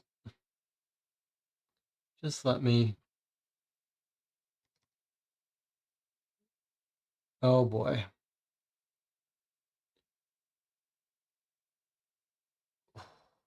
Okay. Just relax, Jesse.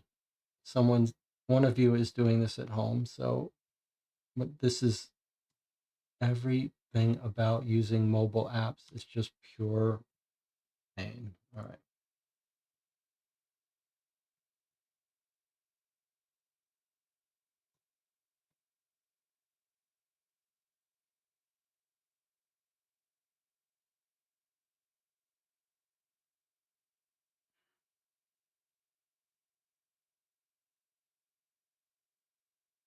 What is it talking about? Every other time I type in a latitude and longitude, it has no problem.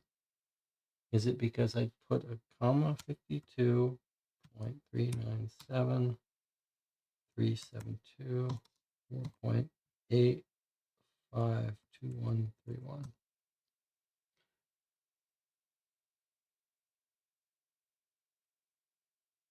All right, let's save it. Done. Now, can we see all of our places?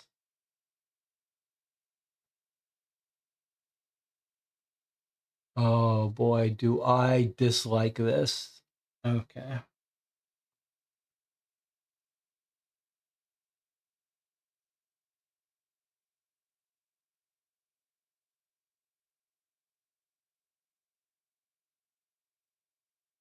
Okay, well, there's Horn, and there's that place, and I don't know if it recognized.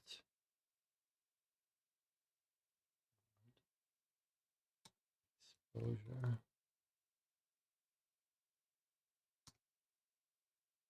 Okay, save this place. Now we're done. Okay, we saved all 4 places. So theoretically, we should be able to map these 4 places if we could figure out how to make such things work.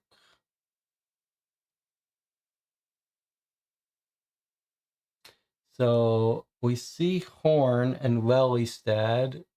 We should, let's see, can we, is that heart down someplace of interest? Yes, okay. I don't know why 1 is a heart and 4 are dots. It's all a mystery to me.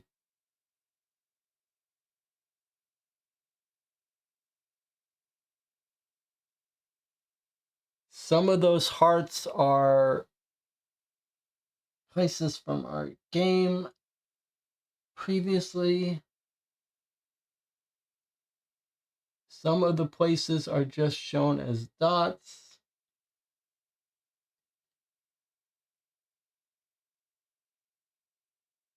Is this place here with the heart?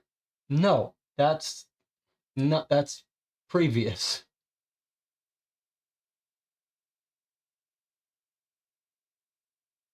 Oh, just kill me. Just kill me.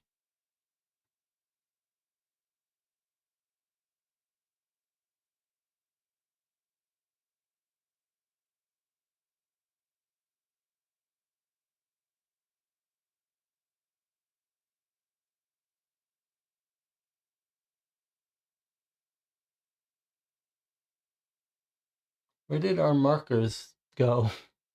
Okay, there's Horn and there's Lelystad.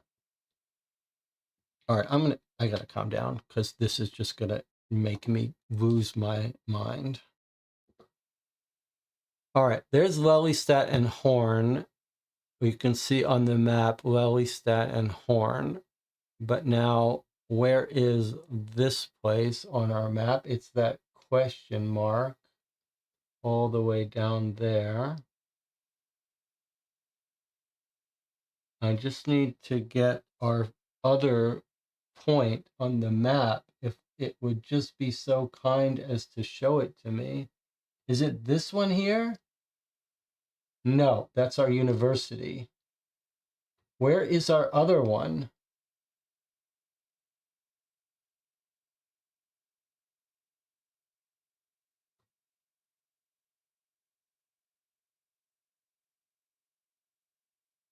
What, now they're all gone? Is this just the way this is supposed to be? Let me put in this other one again, because it seems like we have 52.397.372 4.852131. Okay. Okay, so it's this one all the way over here.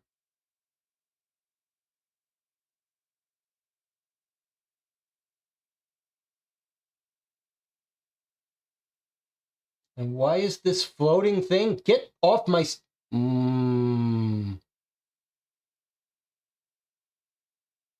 Is this... Oh, don't know, don't care.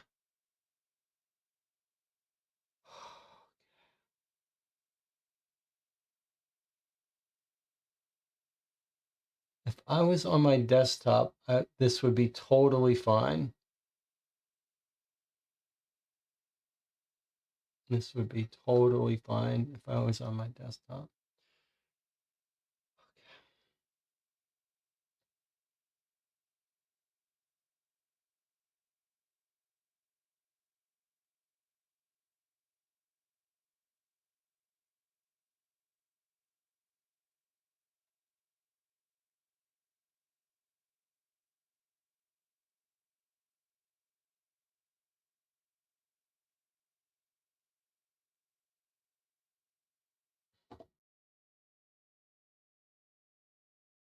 I'm trying to bring this in.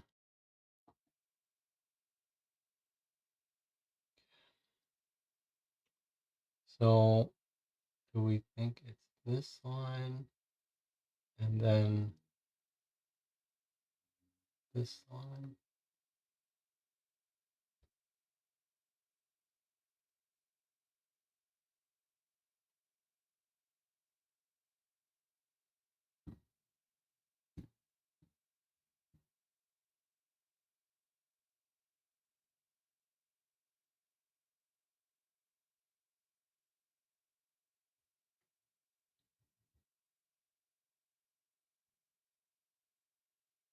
Okay.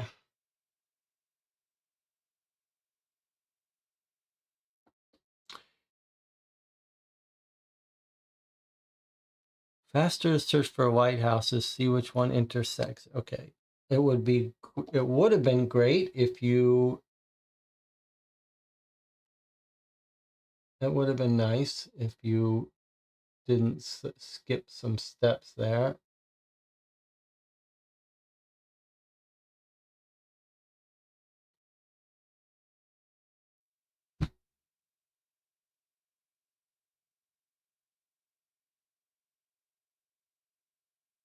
Been great if you didn't skip some steps. But if we complete your steps and say what you're saying is that this is clearly a lighthouse, so let's search for lighthouses that are in that general intersection there. Why this little red dot is on the screen, I don't know. All right.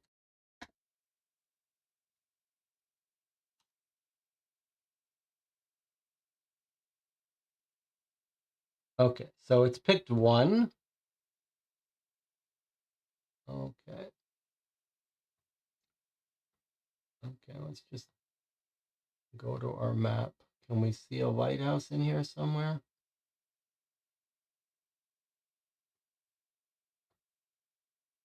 I'm sure that this little island here. Can we see if we search for white houses, will it highlight the ones near us? Okay. Okay, but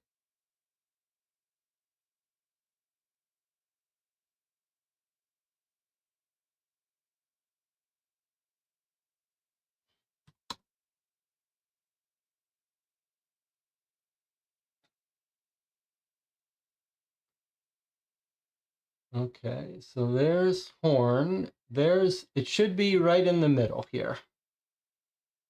Or here somewhere. But now lighthouses don't get highlighted. Like,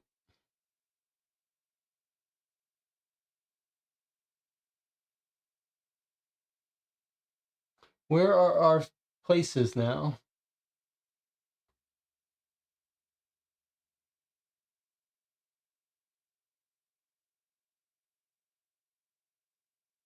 I mean, there's Horn in our upper left.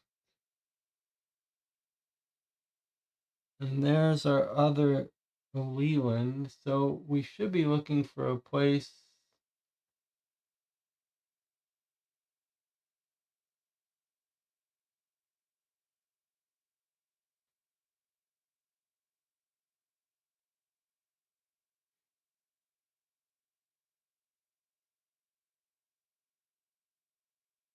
Is this the lighthouse? I can't even tell.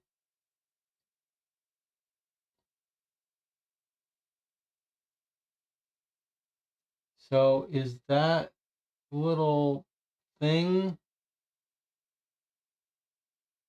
supposed to be our lighthouse?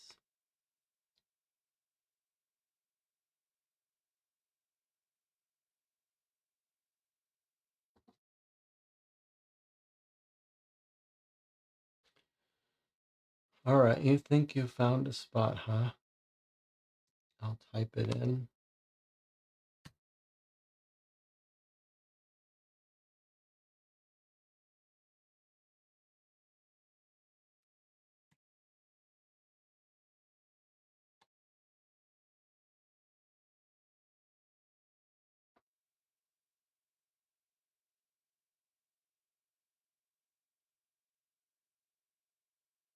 So you think it's this?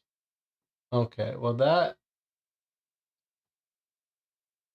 would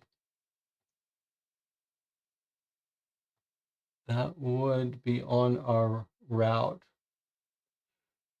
Markin Lighthouse. Okay.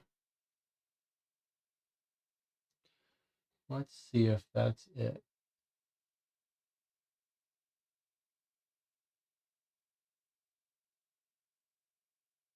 All right, now we have to put in the code, which we've forgotten how to do.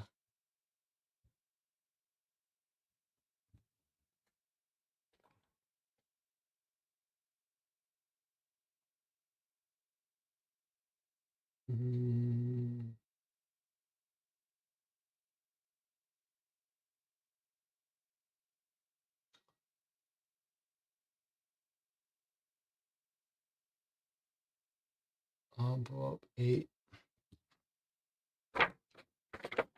Okay, where do you want to meet the client? Do the place name. All right, and we said Markin Lighthouse is what we're going to try to put in.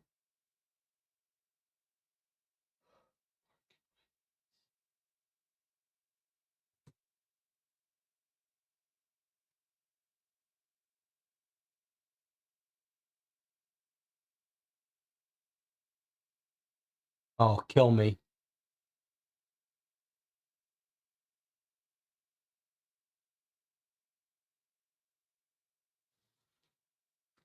Okay. Just relax. Just relax. Where's my bullets?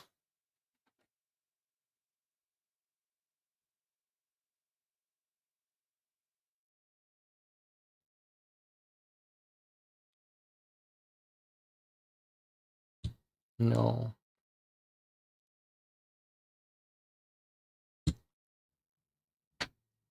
Debbie Levy says, let's try, instead of that, to type in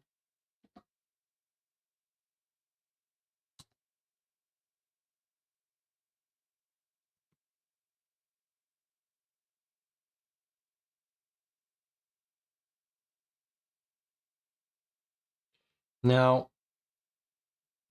The reason we're trying Pard Van Marken, I really would appreciate If you just, okay, you think, even though this says very clearly that it's talking about a lighthouse, here we are, we've zoomed in with the Google Maps and we found the lighthouse. Here's a place next door to it. Paard van Marken. Okay, we're going to try this.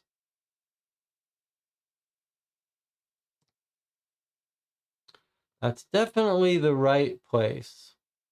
There's no doubt about it. Your client's handover point is the Paard van Marken Lighthouse. It's far enough away from Amsterdam you won't be noticed. Now draw cards 35 and 37. Add them to the high stack without looking at them. Okay, so 35 and 37. Okay, the good news is that 35 is this card. I don't know why we're being told to add this one to there, but 37 was the one I was worried that we didn't, that was still in the deck. So 35, 37 gets added to the high stack here. And it seems weird that we're adding 35 to it. All right. And then what's left is this one. Rob says, I hope all the Masters of Crime games have these Google Map puzzles. They are so fun. All right, well, good work, Melissa and Debbie. Ready? Once this text is visible and only card 72 is left in the draw stack, flip card 71, the top of the heist stack, and read the back side. Start pulling off the heist now. All right, well, we're going to take a break. We're going to try to calm down after that. The previous Masters of Crime had a Google Map thing. It was the same thing. I don't know why it's so much more frustrating to try to deal with this mobile app. The desktop is just painless, but trying to do this on the tablet from here without, I don't know what makes it so stressful. But we are ready to continue. We're going to take an 8-minute break. We'll come back and we'll run the heist. I'll see you in 8 minutes.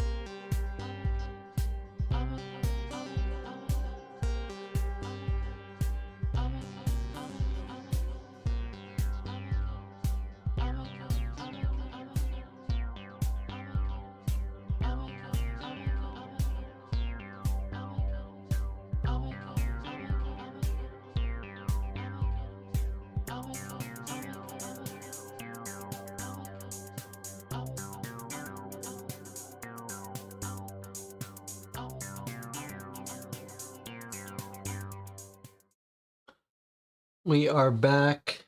Channel was just trying to offer me some advice about struggling with the mobile Google Maps. Do you have a laptop? I do have a laptop. I could get up and get it and put it in front of me. It would make life a lot easier when we work on the maps, especially not having to lean over and do the thing. I think that's probably what we should do. Next time I do a game that's going to need the internet, I should have the laptop ready to use for if we need to get on something that a website that actually requires actual interaction. I should switch the laptop. It wouldn't be so frustrating. All right, but here we are. I am so curious to see how this works. We've chosen to steal the Roman place setting. We've chosen not to steal the golden hour for reasons that aren't exactly clear. We've got our crew. We've got our equipment. There's what we're going for. And now we're going to proceed through this deck. Maybe we are going to need this. We'll see. Okay, here we go. Is everyone excited and ready? Once this text is visible and only card 72 is left in the draw stack, flip card 71, the top of the heist stack, and read the back. Okay, so here's our heist stack. And now we're going to follow the instructions. Here we go. Maybe I'll put this off to the side so we can do one card at a time. How to use the heist stack. Now that you've finished planning and preparing for the heist of the century, you've got to actually pull it off. Sort all of the cards in the heist stack by number in descending order, but don't look at the backs of the cards. Start with card 61 at the top and so on. The last card in the stack is 5. You won't have all cards, just skip the missing cards. The heist stack contains a mix of consequences for the decisions you've made so far and the puzzles and obstacles you will encounter during the heist. If a card features a stop symbol, you must solve the puzzle on it before you can draw the next card. If it doesn't say stop, proceed through all the steps listed, mark off your stars and alarms, and then draw the next card. When you finish sorting the stack, begin pulling off your heist.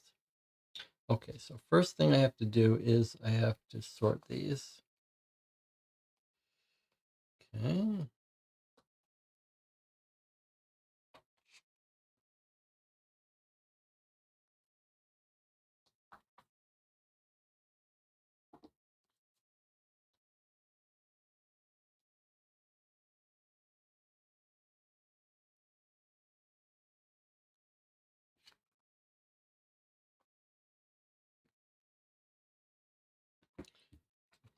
Two, 45, 44.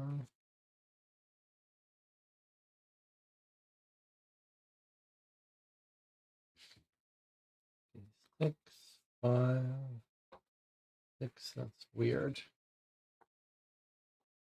What are they?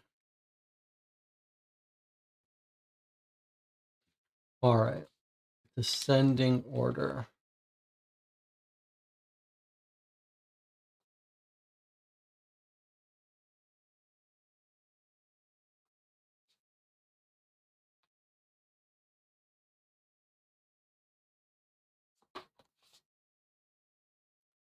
Seven, 35, 8, 7, 6, 5. Okay. Okay, I've sorted in descending order with card 61 at the top. 61 through 5, but not inclusive. I mean, not including every card. Okay, only when it says stop do we stop. Otherwise, we just keep going. Okay, let's try it. Card 61. Heist. It's July 28th. The operation you've planned so carefully can finally begin. And you're probably pretty stoked about your opening gambit. As soon as you noticed that the gallery staff entrance doesn't have metal detectors, that's when you knew you had to get someone on the Bachman Gallery staff. This turned out easier than you expected. Tonight, one of your crew members will work a shift in the souvenir shop and smuggle in a bag with all the necessary equipment. When your thief drops by the shop during the day, they can pick up the bag and hide the equipment in the restrooms to retrieve later. Your playing the system like a virtuoso. Okay. If you have Kiki or Rubik's on your crew, you get a star. They're both so charismatic that this part of the job was super easy. Okay, well, this is not quite what we had in mind, to be honest.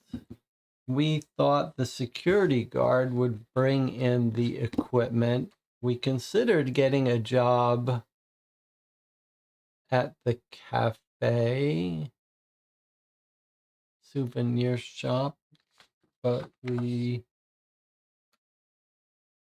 decided to go with the guard. But it's told us that Kiki Bang Bang, who is on our staff, who we did use to infiltrate,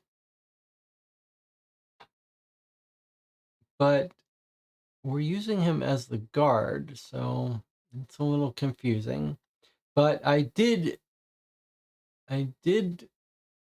say that one of them was going to hide in the restroom vent, but now this is saying they're going to put the bag. Well, okay, a little weird.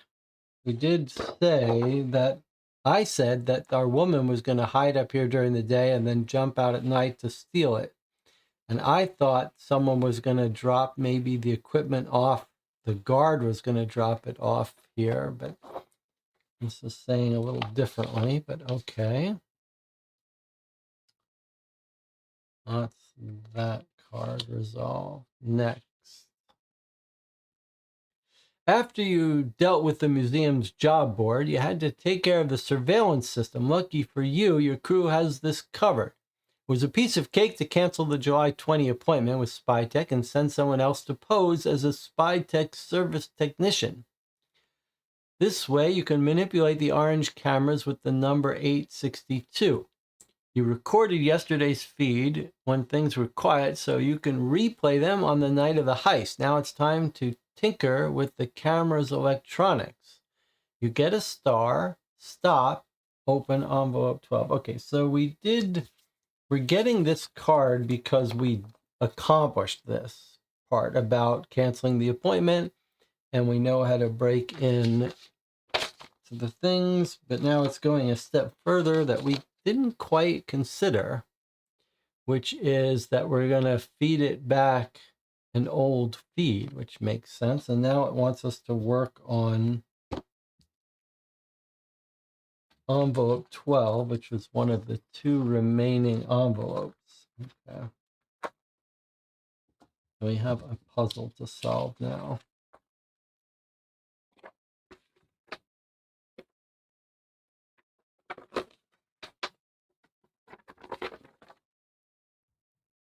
Whoa, look at this.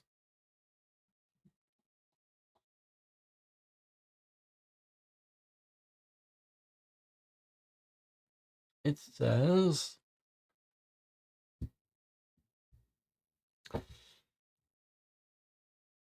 the generators distribute the voltage evenly across all terminal lines. Interrupting a line redistributes the voltage evenly among all remaining lines. For example, 240 volts is distributed across 4 circuit lines, 60 volts each. One line is cut, you have 240 distributed across 3 lines. Fine. Supplying the correct voltage to the 3 terminals will override the camera images. Each circuit line has a voltage multiplier that either increases or decreases the voltage that the terminal receives from the generator. Okay. Well, let's see what it says. Exactly 1 circuit line per color needs to be interrupted. All right, let's get out some cubes here. All right, so 1 circuit line per color, 3 colors, yellow, blue, and red. So in the end, we're going to have something like this. And then that should be feeding the right voltage to each circuit. We've got something feeding 240 split 4 ways, 300 split 4 ways, split 3 ways, 240 split 4 ways. Okay, and we need to make everything get the right voltage. So we need this to get 155, this to get 360, this to get 380. So let's just see right now, just to make sure we understand the logic of this. Maybe we'll make life simple for us. We can't get rid of. So if we put our 3 this way, then let's figure out what we got. This got 300 times 2. We're already over this, so we know that can't be right. Let's kill this red. In fact, let's kill all the biggest ones and see how that does for us. Okay, so now nothing's coming in from this. And this one is getting 240 times 2, which is 480. And 240 times 1, that's already no good. So it sounds like there's something we're already not understanding. Because I don't know how to do anything here that makes this.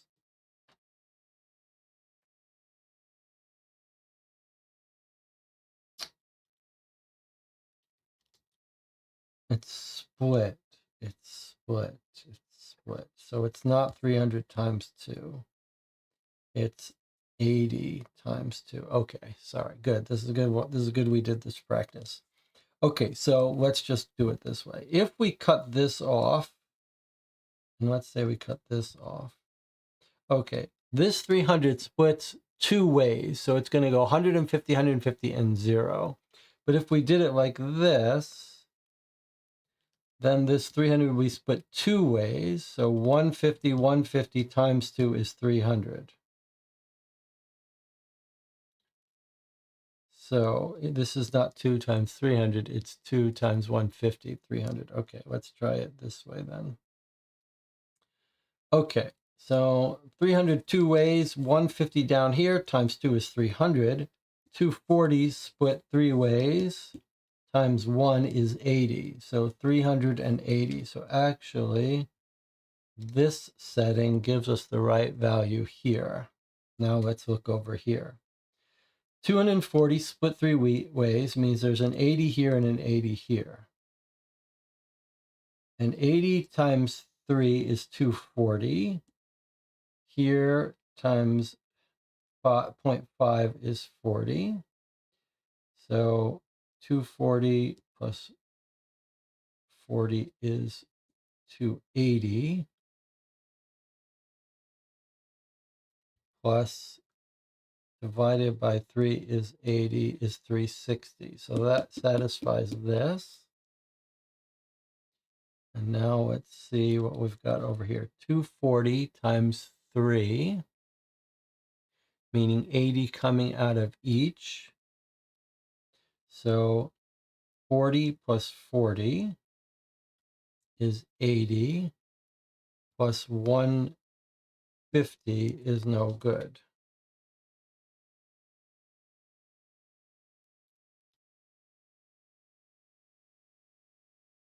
So it sounds like maybe we should be here.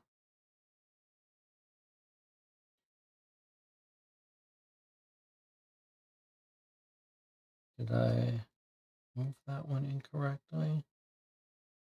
No. Okay, so now changing this doesn't affect this guy. This guy's got 150 times 0.5 is 75. Plus 80 is going to be 155. And this is 80 plus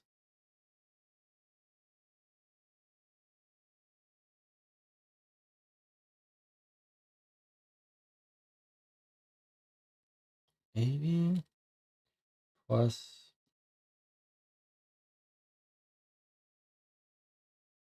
40. I think that's right. Let's double check it.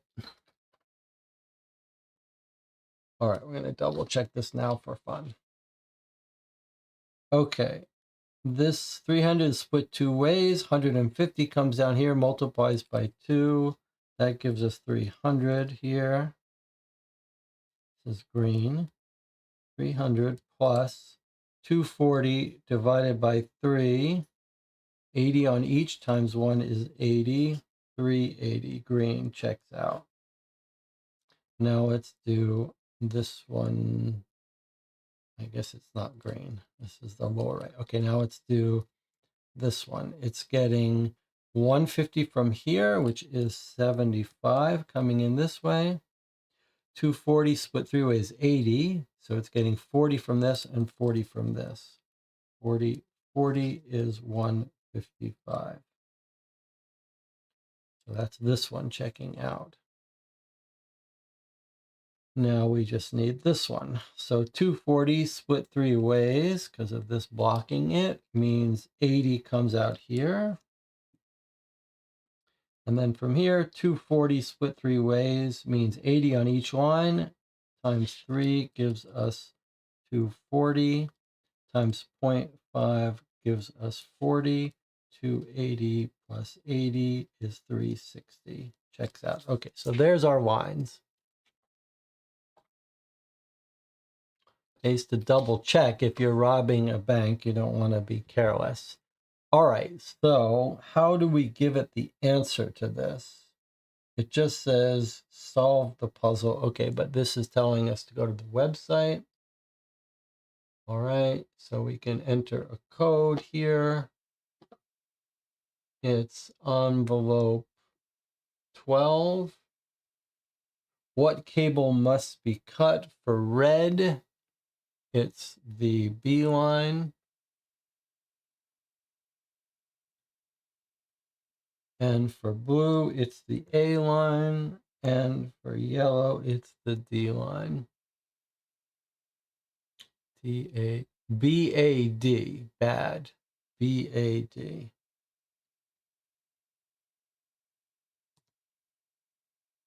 That's how you can get past the cameras. It takes a while for you to disconnect all the camera cables, but you're not interrupted by anyone.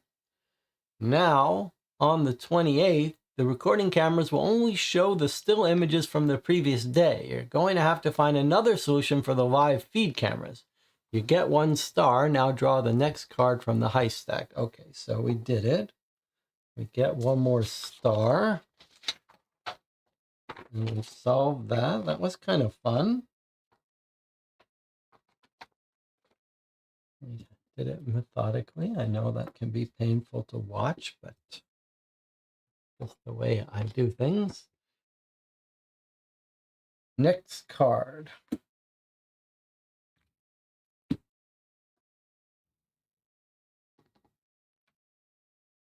You need Gustav to stay away from work, and you can't afford any loose ends. That's the old guard. The safest way is always to take out the mark you're imitating for the duration of the job. The pill organizer you found in the guard's trailer is just what you need.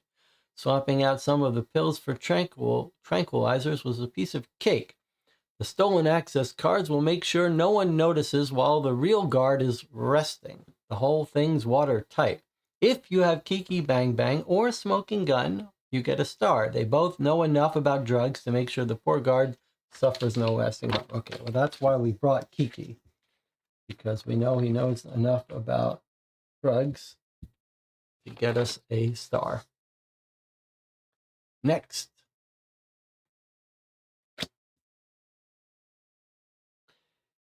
Everything's going according to plan from here in headquarters. You can follow the feeds from your crew's body cams. Just before closing time, your thief enters the gallery through the main entrance. She asks for art prints in the souvenir shop and is discreetly handed the equipment when everyone's looking the other way. The crowds filing out of the gallery provide perfect cover on the way to the restrooms. No one gives the kit bag a second glance, and before long it's stashed away safely in the ladies' restroom. Your thief is able to reach and open the ventilation duct by standing on the toilet seat. She climbs onto the water tank and into the vent above, where she'll be hiding until you greenlight the next phase of the job. So that's exactly what I suggested, that our girl here came in during operating hours and waited and hid up here in the ventilation shaft. She loves being in those ventilation shafts. She'd go there all day, even if she wasn't on a job. So, okay, that all worked out. Next. At 10 p.m., just as the last of the visitors are leaving the museum, Bob, aka Kiki Bang Bang, turns up for his shift. He looks so much like the real guard, a few of the other guards greet him with, "Hey, Gustav," during the shift change. The stolen uniform fits him perfectly. Using the access card, he has access to everywhere he needs to go and takes up his position in the touring exhibition hall. You're glad you followed Black Swan's advice and found Kiki in the drag bar. No one could be better suited for this job. Okay, so specifically we got this card because we hired Kiki. And he's going to be hanging out in the touring exhibition hall, which is where the guards have to be seen to patrol. Even though that's not where our thing is. Okay, we got 2 stars for that.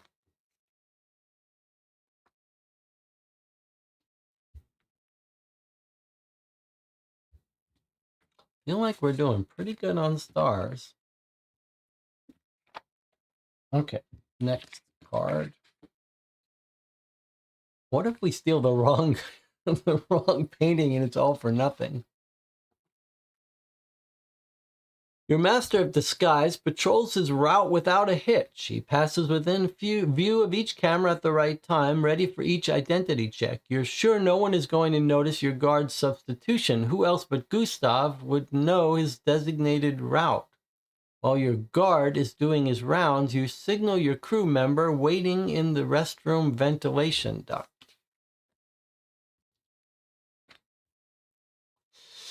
As if this was what she was born to do, Black Swan climbs through the tiny ventilation duct. I should have put this on while this is our guy imitating the guard. Okay. She climbs through the tiny ventilation duct and into the utility room. Carrying the kit bag on her back, she hops nimbly to the floor and pauses for a stretch. Honestly, just the thought of having to stay still inside a tiny, narrow ventilation duct for hours gives you waking nightmares. Black Swan, however, did great. In fact, she appears to have enjoyed it. She's smiling from ear to ear as she sneaks silently through the door to the permanent exhibition hall. Now comes the fun part. All right, so we got 2 more stars for that because we chose the perfect crew for this task. Okay, so what did she do? She hid up here and she followed it with the equipment into the utility room, dropped down, and now she's going to the permanent exhibition where our painting is. And these are not live cameras, so it's safe for her to be in there. They'll discover her on the cameras the next morning. Okay, here we go. Now's where things get interesting. You might not be an expert in the history of art, but you are an expert in criminal activity. You quickly saw that there was something phony about that picture of New York's skyline. You almost buy that Thea Goldschmidt had somehow managed to imagine a building that looked an awful lot like the Empire State Building in 1919, a decade before it was designed. But the idea she would use a pigment that wasn't even being manufactured yet in the 1920s stretches the boundaries of what's credible. Someone went and painted a picture, then pretended it was a genuine Goldschmidt. Your client wants an original, but that's what you're getting them, which is why your crew member will get to work on Roman place setting. All right, so we were right, but not really for the right reason. We did not. Okay, so first of all, the first thing to notice is there was a right and wrong answer here. So that's shame on us for not really knowing why to not choose this. Now, in fairness to the chat and Debbie and everyone who said that the Empire State Building didn't exist and so that painting was fake, that's not quite right. Although this is saying that, but this I find that very troubling. That doesn't make sense to me that people wouldn't complain about that. But what it's really saying, and what really should have been done, is it's saying that imagine that brochure didn't say it was the Empire State Building, which it shouldn't have. Because that makes no sense that people would believe this was real. But okay, but what it is saying is that the real reason you should have rejected this is because this paint didn't exist yet. So shame on us for not thinking to do that. It's too bad that the Wikipedia didn't tell us when this paint was invented. We should have thought about that. We should have thought about if we thought one of these was fake, then we should have checked it this way. I do think this is a very bad decision by the authors of this game to do this, which wouldn't make sense. Paintings have full lineages and experts. You couldn't get away with pretending that this painting was 100 years old with the wrong date for the Empire State Building. Debbie says Wikipedia does say that it was first turned into a pigment in the 80s. Well, we just didn't spot it. Yeah, okay. So our gut instinct and the gut instinct of the channel was right to be suspicious of this, but I do feel like we didn't quite spot that. But I do blame the game also for having that date, saying that. They should have just not said that it was the Empire State Building. All right, whatever. Did I give us these stars? I think I did. And tell me if I didn't give us these stars. All right, well, we picked the right one. It's all smooth sailing now. The contortionist slings the equipment over her shoulder, makes her way to the permanent exhibition hall to steal the paintings you're after. Without any apparent effort, she twists and weaves through the laser grid to reach the paintings. It's not until she's safely in front of them you realize you've been holding your breath for the past minute and start gulping the air greedily. Though everything's going smoothly and your thief is trying her best to keep things quiet, the angle grinder makes an ear-splitting racket. You're really glad the guard patrolling next door is on your crew. Finally, the noise stops and the acrobat is holding the painting. She's waiting for your signal, so what's the plan for the getaway? Do we want to escape through the director's office or escape through the main entrance? Well, we know the answer to this. I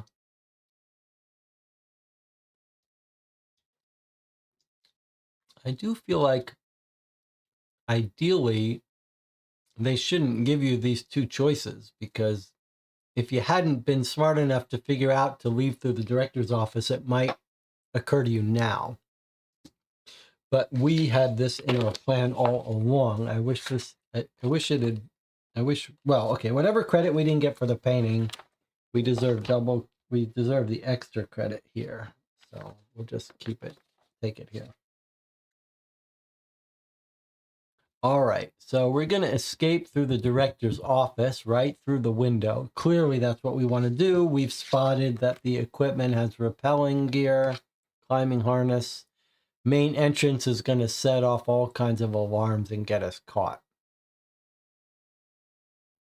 So we're going to draw 46 and discard 45.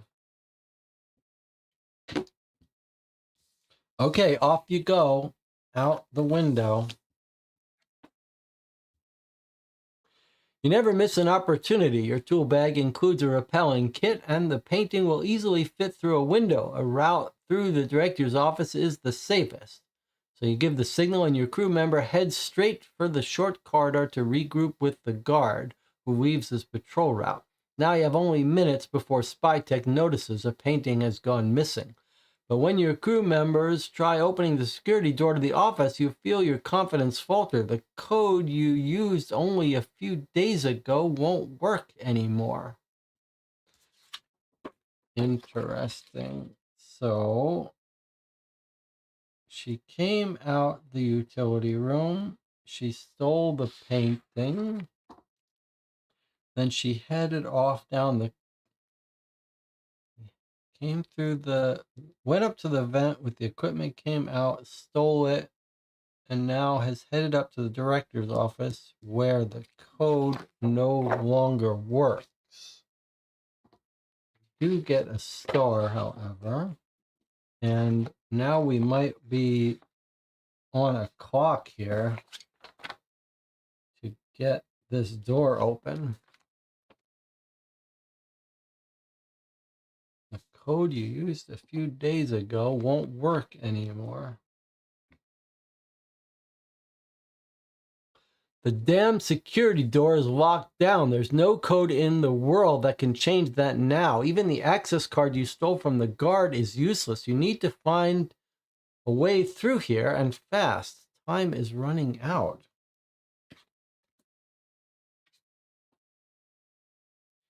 Good thing you have an expert by your side. Python asked the crew member at the security door to stay calm and describe the security panel in detail. Your crew can crack the damn thing, all right?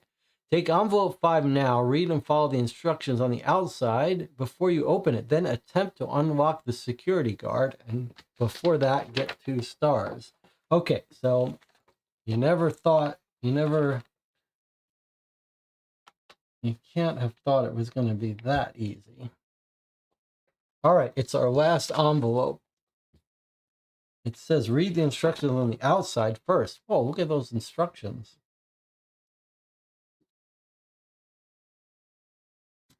Okay.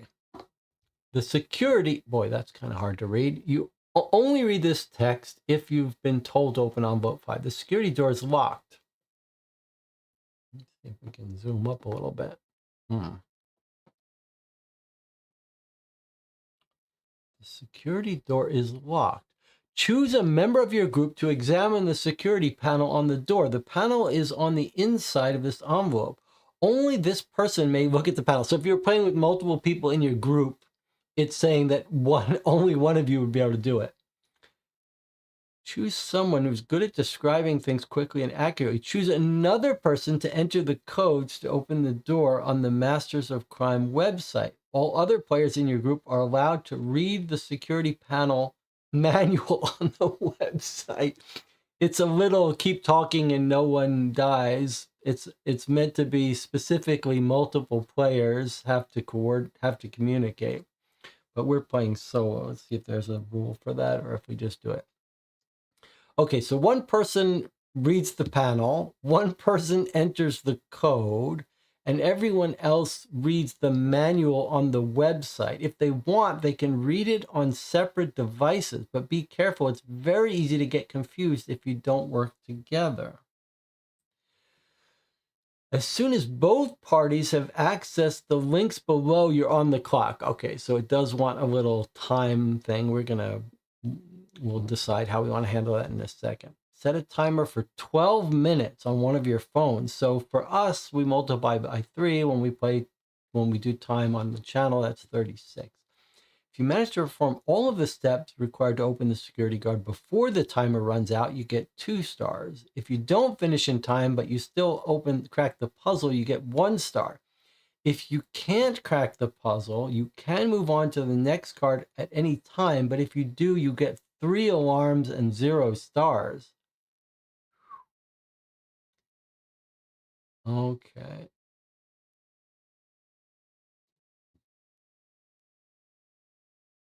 If only 2 of you are playing, one of you examines the panel and enters the codes while the other reads the manual. everything is the same. But if you're playing solo, you get a little more time. Set the timer for 15 minutes. So in our case, that would be 45 minutes. You may look at the security manual and the panel at the same time. You'll have to enter the codes on the website yourself. You get the same rewards and penalties as above. Note, the security door has 5 separate modules you will need to crack to open the door. Describe as accurately as you can what the security panel looks like to your fellow players reading the manual. If you're reading the security manual, note that not all of the information in the manual is relevant. Some passages deal with modules that might not actually exist on your particular door. That's so cool. Okay, so I'm tempted to split this up and have the channel do part of this and have me do the other part, but the delays on YouTube make that really difficult to do. Okay, so one is examining the panel on the door, and it's on the inside of this envelope. Only one person can look at the panel. The other person enters the codes, and then someone else looks at the manual. So I guess what it's saying is that this part is for entering codes, the second link, and then this one is the manual. All right, well, why don't some of you open this? Are they saying 45 minutes of real time? They are saying 15 minutes of real time. Yes, they are absolutely saying real time. Masters of Time. I'm going to try to open up these websites and then we'll shadows. Why don't they just send you to the website and let you click on a link? Security door. Okay, so it is, the second link is where you enter codes. 5 modules, 5 answers. Okay, so that's that. And then the manual, this is straight out of Keep Talking and No One Explodes, where you have to cooperate. Masters of Crime. Shadows. Security. Manual. All right, so look at this. Look how clever this is. It's a full PDF. Look how cute this is. Security doors manual. Warning. All right, we're going to look at this together. I don't think we're going to worry about time here. Let's just okay, we're going to write it down. We're going to write down that 3:52 p.m. Central Standard Time. Okay, so ideally one group would be reading this. You guys be in charge of this part. So let's see what we've got here. It's 10 pages. It's a 10-page manual for security door. An overview of all different types of modules we install in our security doors. Note your door will not necessarily have all features. So you've got radio dial, cables, Morse code, hieroglyph, toggle switches, passwords, binary code, color code. Always check which modules. And we have to override them all. Okay, so each page is going to be how to deal with a different module. And this is the instructions for how to defeat it. Look at this. This is so clever. So cute.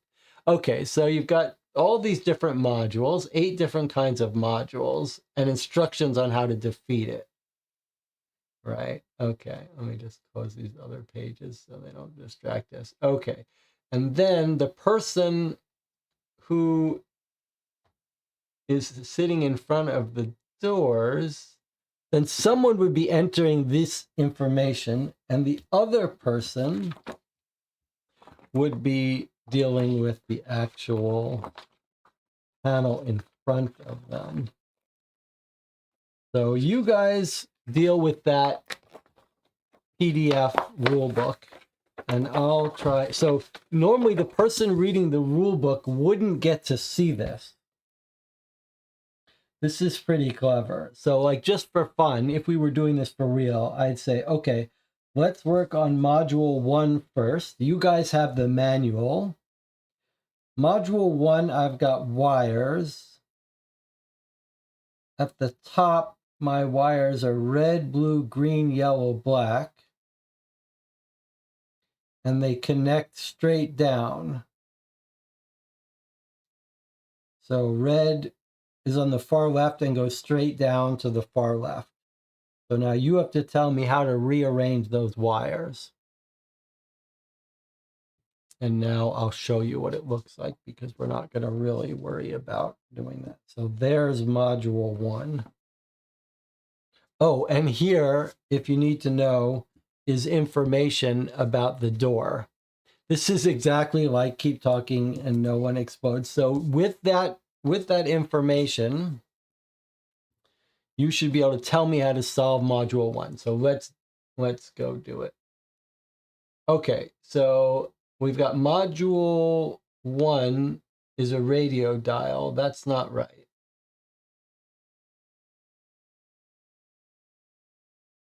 Cables. Module type 2. I see the numbers are different. Okay, cables. There are between 3 and 6 cables. You only need to cut 1 cable. If it's a 3 cable, 4 cable, no, it's a 6 cable. If the serial number begins with an even number, okay, it doesn't. It's an odd number, okay. If they're exactly the same number of red and green cables, which there are, cut the cable in position 1. So I guess that's our answer is red.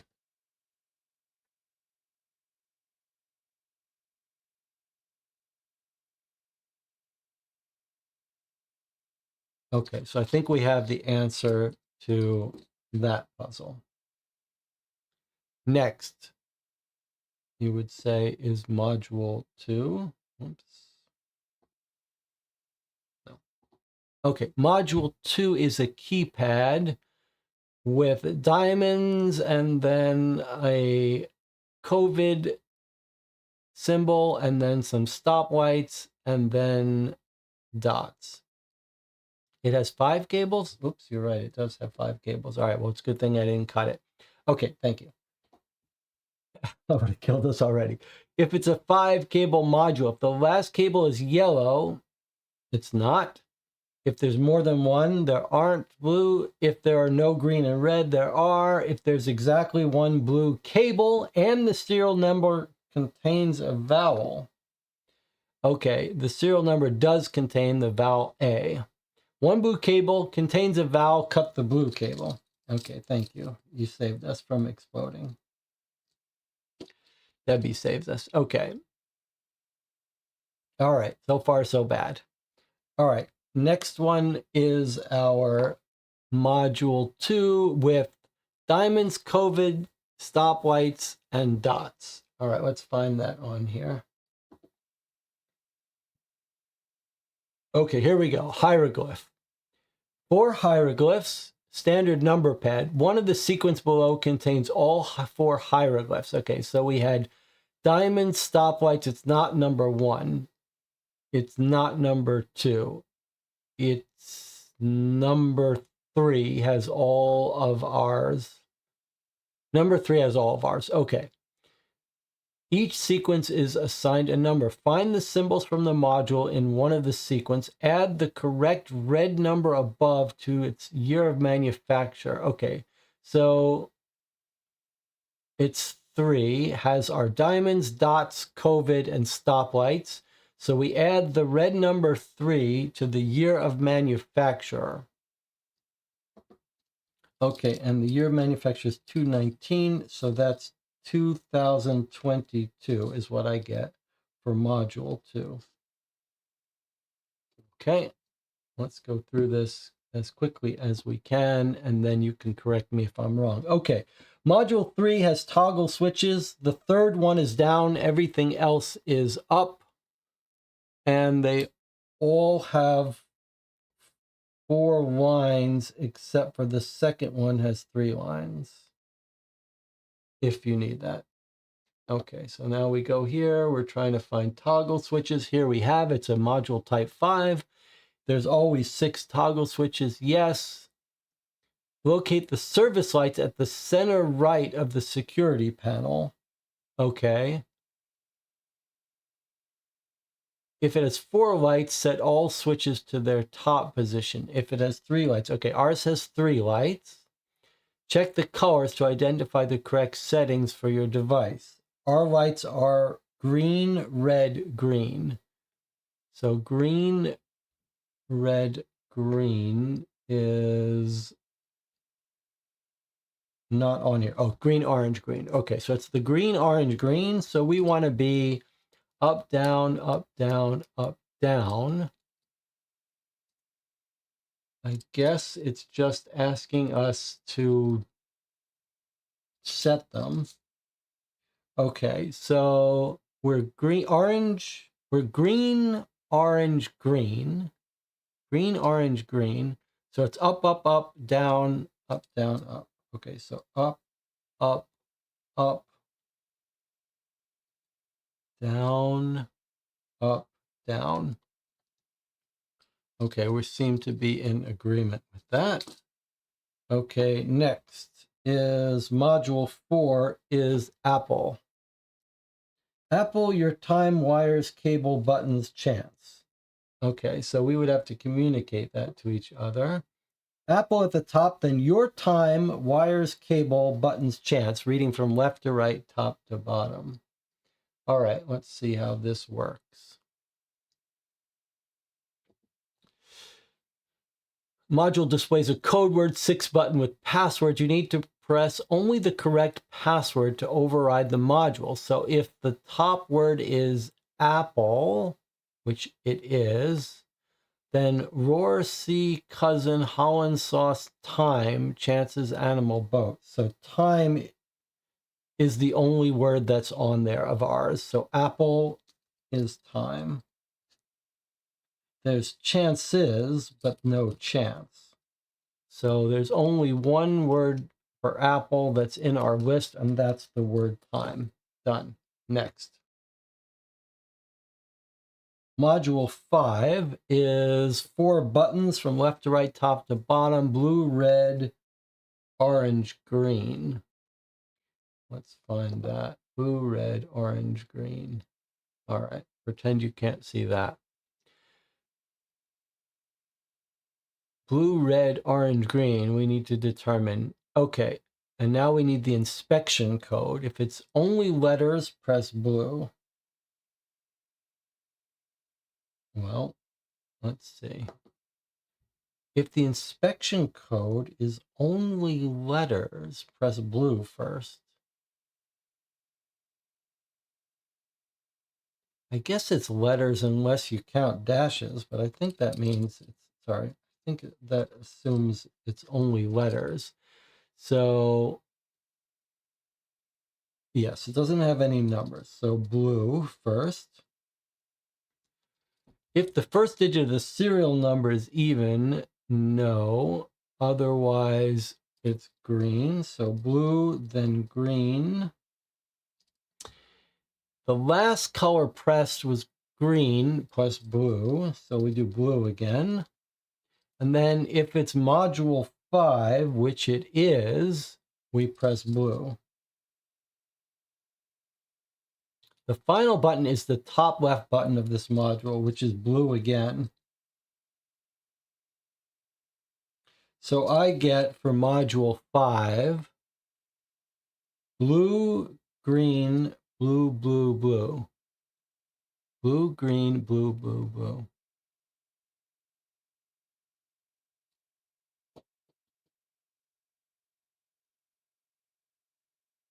And that should complete everything. And presumably it's going to tell us. So we are still within plenty of time. If no one disagrees with me, let's try to put these in and see what happens. So here's our answer.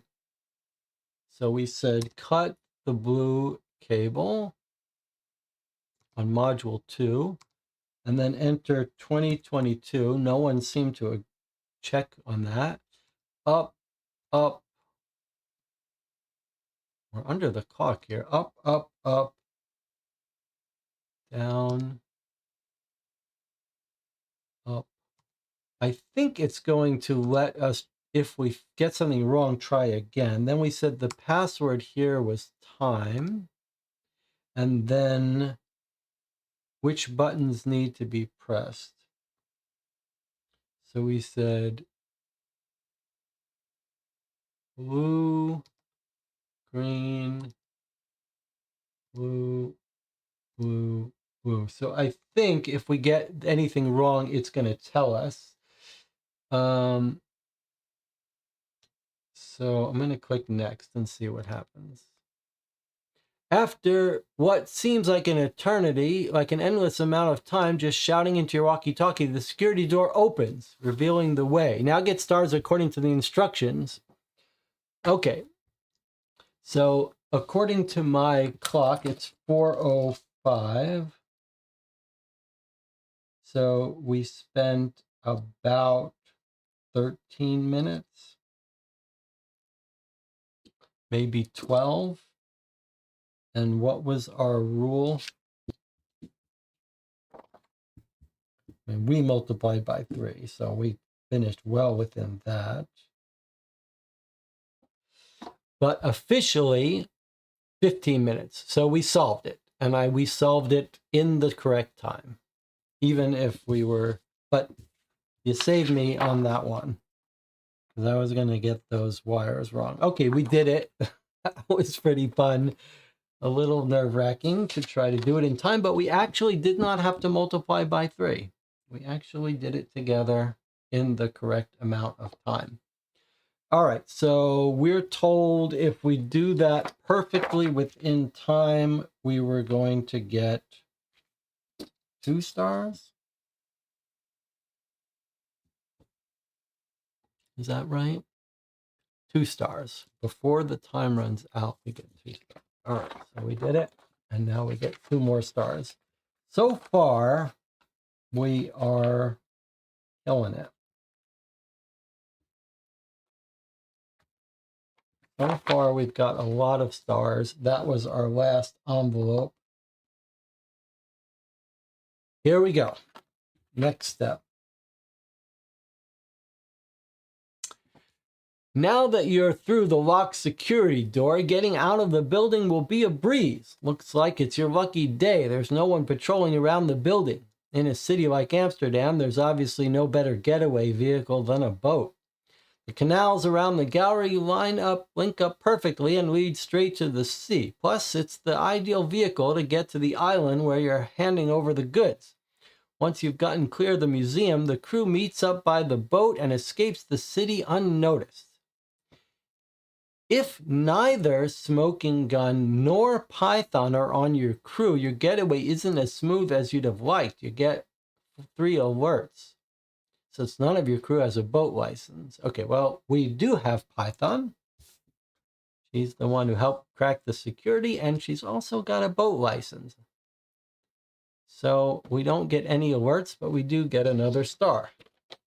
So far, we have the perfect crew here. All right. There's our star.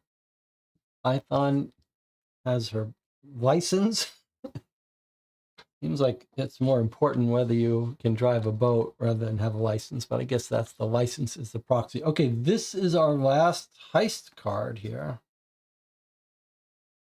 Is that right? Yeah, this is our last heist card. You breathe a sigh of relief. You were obviously right about the handover spot. Your client is waiting for you and your crew at the lighthouse on the island. Congratulations, you pulled off the heist. Now, how are you going to handle your client? Read card 8 and begin the finale. How are we going to handle our client? That sounds interesting. Sounds intriguing. Okay, so that's our star here. We've got, look at all the stars we have. And no alerts.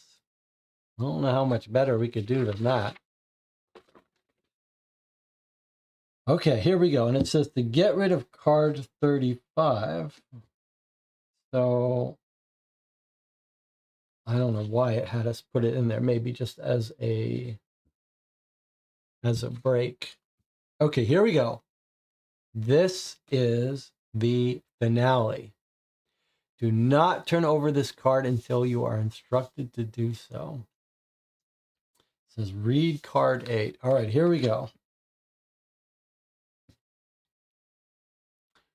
Should we take a break before we read this finale? We should probably just do it. Okay. Normally I like the little suspense, but we're going to need to talk about the game, so we'll take a break then. All right, here we go.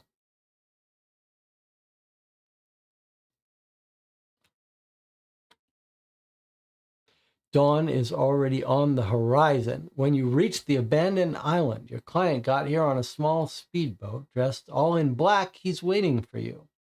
With his back to the lighthouse, he doesn't stir at the sound of the getaway vehicle, instead staring silently across the smooth waters, where a larger vessel lies at anchor.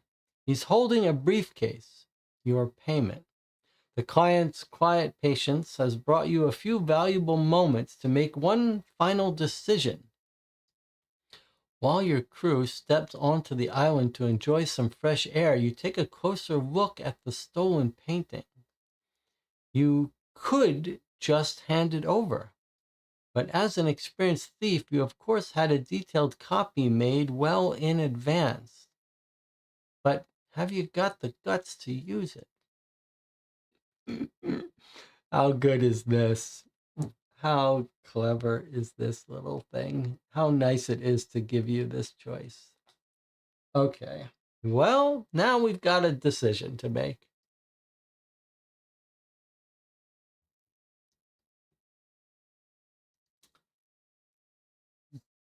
Can we take a look at our crew? Let me just see. Do we have anyone who is... We don't have any art expert on our crew, so I guess we had someone else do it. I was just trying to see if it would make a difference if we brought someone in our crew who could make a forgery.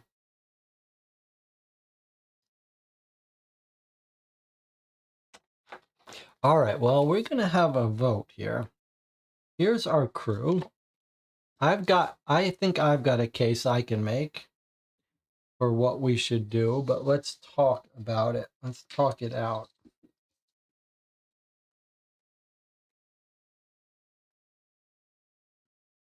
All right, let's get everything here set and make our decision together. So there's our crew. And we have a choice now. It says we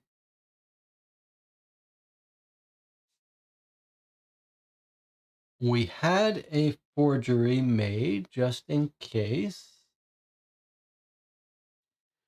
Do we have the guts to use it?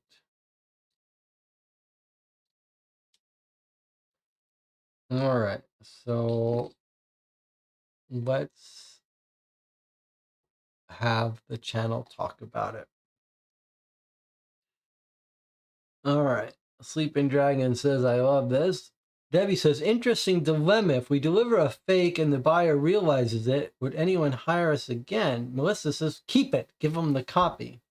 Rob says, for all we know, the client might be an art expert, plus he has 10 snipers lined up on the boat. Sleeping Dragon says, the gallery already had one fake. Who's to say we didn't accidentally steal one? Marco says, he said it does not matter which paint we stole, so I guess we can give him a forged one.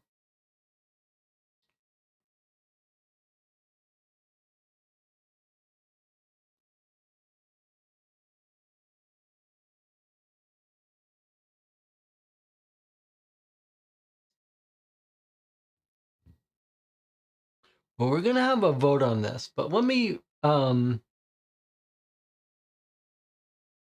Here's the only case I would make.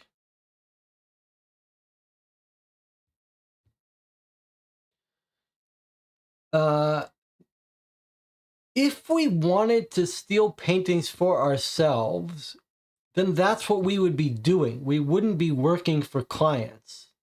If we had the connections, do we have a fence? Selling a stolen art painting is not trivial. In fact, it's remarkably difficult. You can't just sell it on the open market. You've got to have a private client who's willing to buy that painting so that they can have in their house as a talk that they'll never show anyone. To figure out who to sell it to, we don't have the connections for that. Part one. Part two, if this was the business we were in, stealing expensive paintings, we would do it with our own crew. We wouldn't be hired by clients. So obviously that's not what we're good at. If we kept this painting, we would burn our whole career. No one's going to hire us in the future. He's going to figure out eventually that we've stolen this painting from our client. We'll totally ruin our reputation, and we might get killed. He might not pay us, but who's to say we're going to give this guy this thing? We haven't made the money, have we? I don't think we got the money. If we didn't want to do this job for the money, we shouldn't have taken it. So to me, all the upsides are for giving this guy the painting that he contracted us to buy. There's no upside for us to rip this guy off. We don't know how to fence this painting. We haven't discussed it with our crew. We're ruining their lives, right? If we rip this guy off, each of these people has been screwed. They're all going to be marked as thieves. No honor among thieves, as robbing clients. We could have get them all killed. And we don't know how to sell this painting. We don't know how to split up this money. We need the cash. Furthermore, what has this client done wrong by us? This client has been 100% professional, hasn't put us in any danger. We've got no motivation to rip off this client.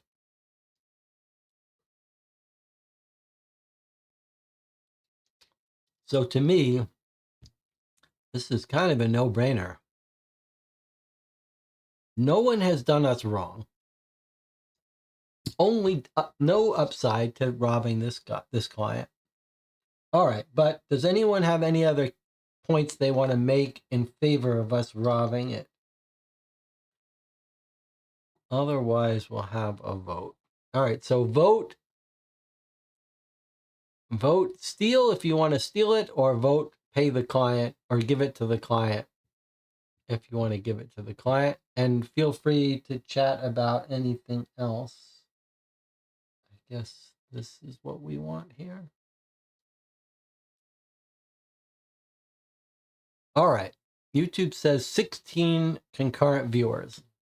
So feel free to jump out of the background in the chat and vote on whatever you want.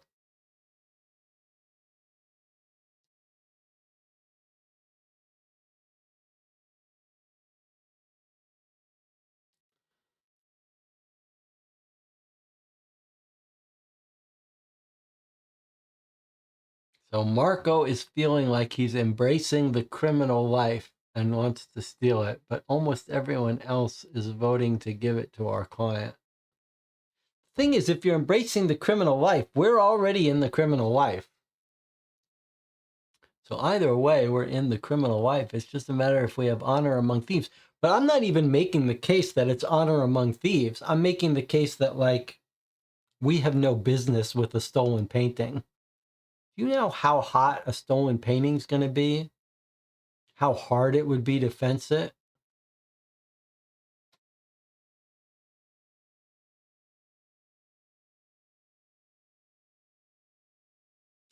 All right, well, Melissa and Marco are voting to steal it, and Melissa says, I'm not buying, you're not convincing me. All right.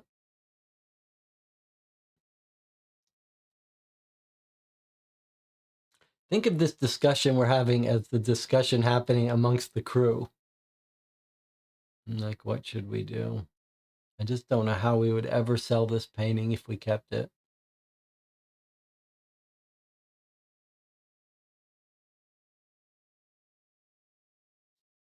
Once we give this client this painting, we're going to get good jobs in the future. We're going to be known as top art thieves. We're going to get more expensive jobs.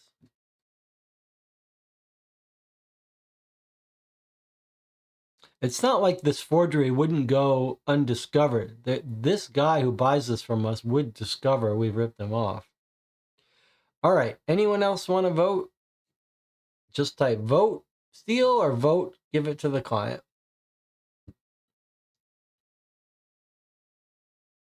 Marco and Melissa, do you want to make your case why we should steal it? After we finish playing, when we talk about the game, we will look at the alternate endings and see what would have happened. All right, I guess, well, I'll wait a couple more. I'll wait till 4 minutes of voting. So you got 40 seconds left to get your vote on the record. But we will look at all the cards that we didn't see today after we finish. Buddha says, I see no upside to stealing it.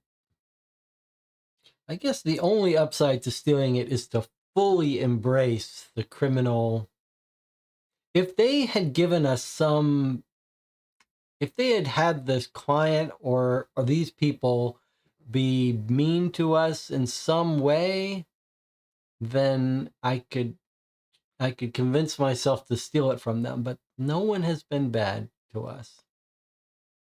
Greg Eddy says, give it, give it, give it. You got to type vote, give. You have to start your sentence with the word vote to be recorded. We're going to look at the alternate endings, but it looks like we've got our vote here. We are going to give it to our client.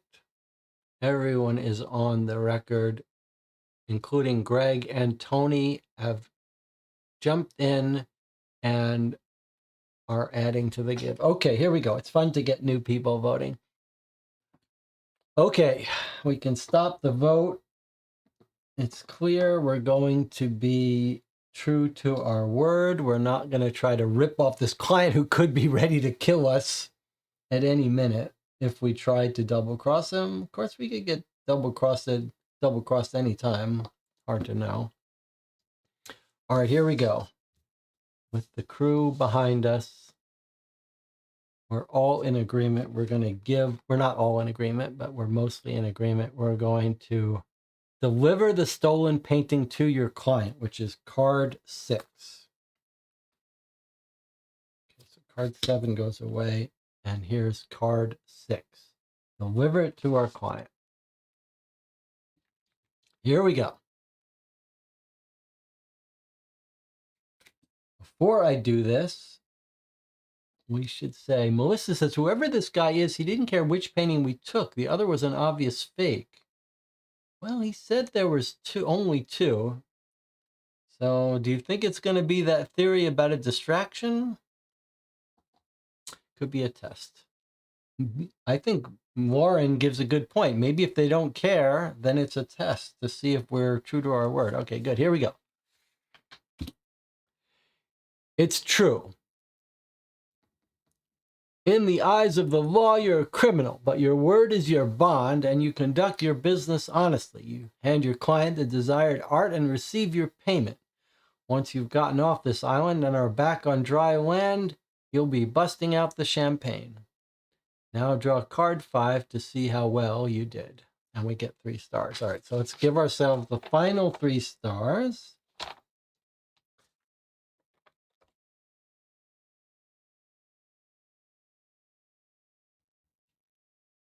Okay. There's our final 3 stars. How many stars do we have total? 10, 20, 31. We have 31 stars total. And no alerts.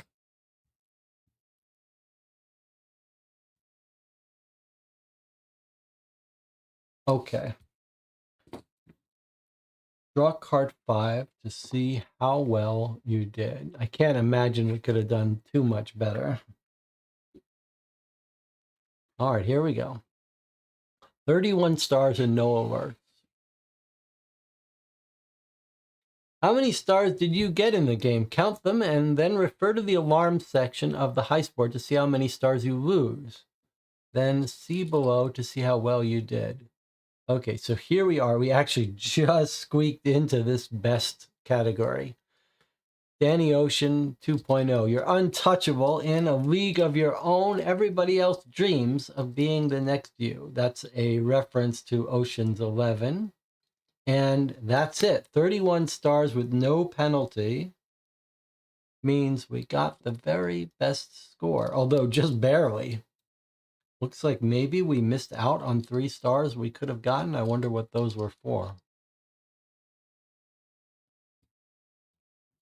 Well, pretty cool. Pretty cool.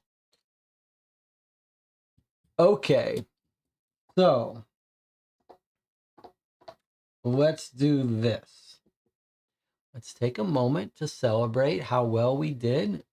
We played for 5.5 hours. First session, 3.5 hours. This session, including an hour recap, so really only 2 hours of playing. I want to hear what you thought about the game. I want to look at the cards for the things that we didn't, that we skipped over, other choices we could have made. And I want to talk about the game and the experience, especially how it compares to Masters of Crime Vendetta. But we're going to take a break first. I hope you'll stick around with me and share your thoughts on the game. I'll see you in 8 minutes.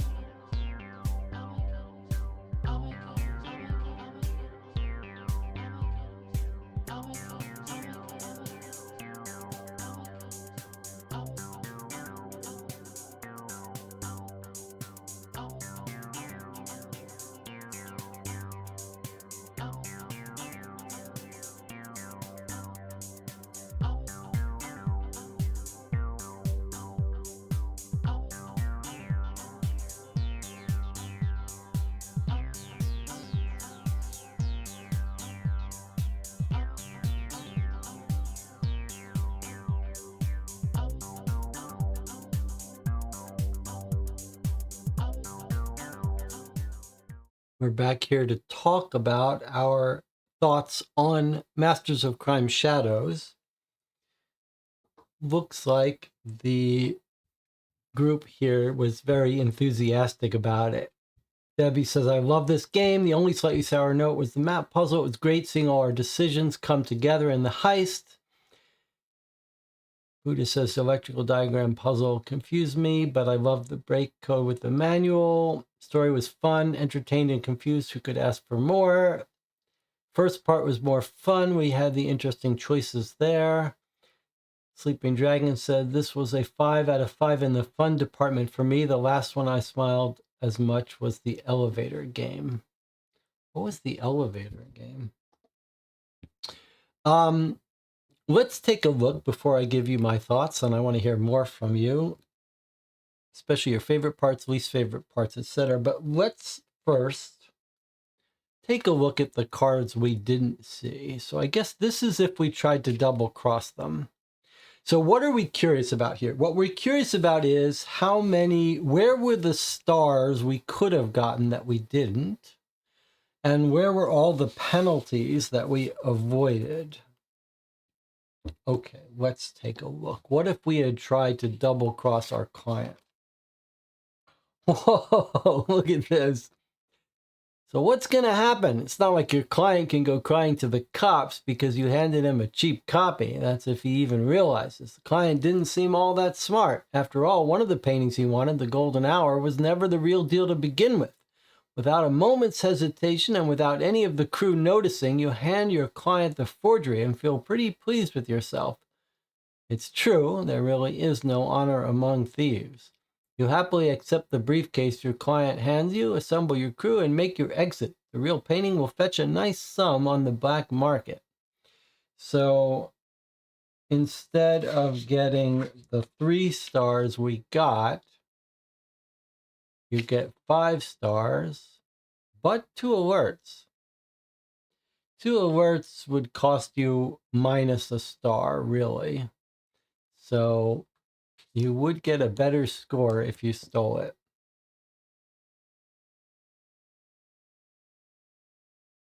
But there's no, like, you would absolutely get a better score if you stole it.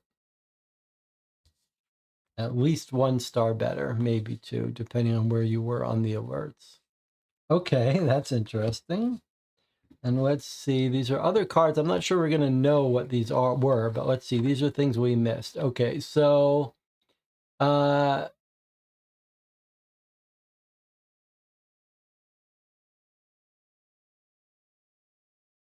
painting is too big to fit in the ventilation duct.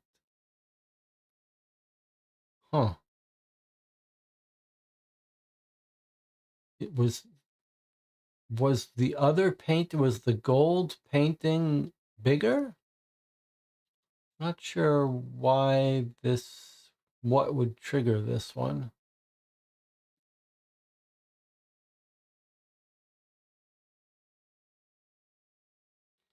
That's an alarm. And another decision would be just to tell us what this, just 1 card each confirmed which one we chose to steal. Wow, look at this one. Chopper. Yeah, the chopper is the coolest way to make your escape. So if you chose to escape by chopper, then it's because they were locking down airspace because of the political talk, which we knew about, made it much more difficult. So, and if you don't bring someone with a pilot's license, you get a lot of alerts. But no matter what, you're going to get 3 alerts for choosing to go by chopper. Okay, if you chose to drive with a getaway car, then you get a star if you're taking the Eagle. Otherwise, no star. But no matter what, you'd get an alert because of the checkpoints.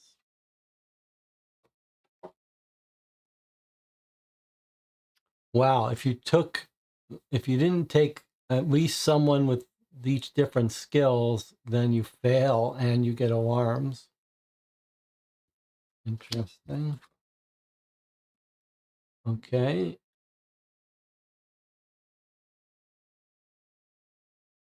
So I guess if you brought the wrong person to impersonate him, they're going to discover that you didn't bring a good impersonator. So you got another alert. This is why you should have a tech. If you didn't bring one of the people to crack the code, then you get an alert.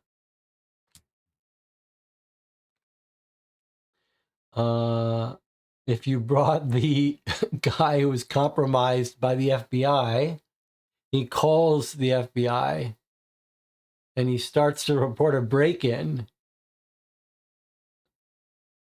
Whoa, we killed him or we just knocked him out? Well, we knocked him out or killed him. Remote controlled stun function. All right, we knocked him out.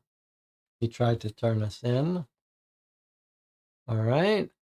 And if smoking gun was actually smoking inside the ventilation deck, this is what we did. We took the liability who smokes. She was exactly what we said. She was going to smoke and cause problems. Here's more alerts. Getting through the heist with, let's see, what triggered this? You should have brought someone who's done this sort of thing. All right, if we didn't take Swan, if we didn't take an acrobat. Okay, so that was those were the heist cards that could have gone wrong for us. So all negative. So we dodged all those bullets by our good choices. And then the different choices we could have made at each location doesn't look like that would make a difference. This is different person talking to at the store. The hackers. We could have talked to her differently. I forget. This is if we had asked her a different thing. This might have gotten us a star, the decision we made. This is if we didn't figure out to drug him. Fake termination notice. Okay, so if we have a good person at writing documents, no matter what, sending in the termination notice was not the right thing. It would set an alarm, but maybe if we're good at it, we get a star.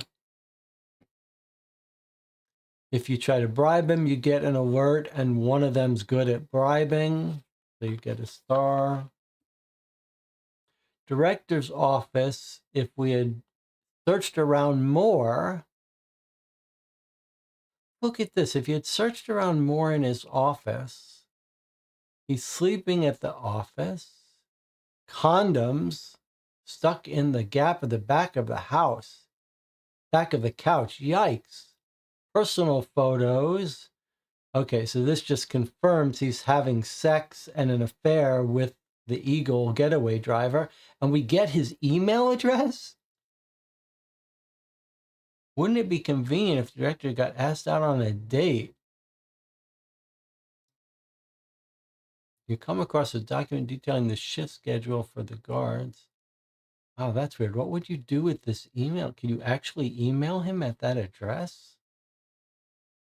Nothing else to do but email him. And it has a little internet thing. I guess you could email him and he'd respond in some way. This baby's my own. This is if we ask the guy about his car.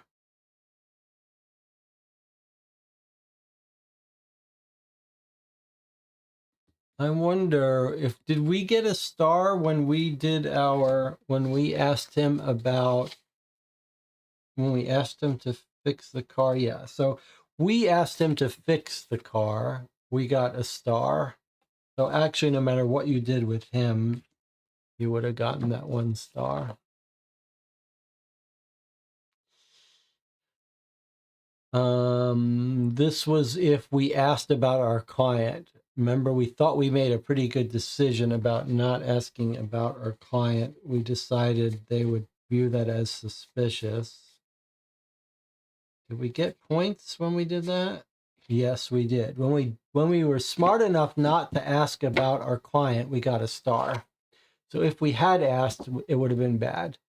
Your client who's using voice distortion is obviously not interested in disclosing his identity. You get laughed at.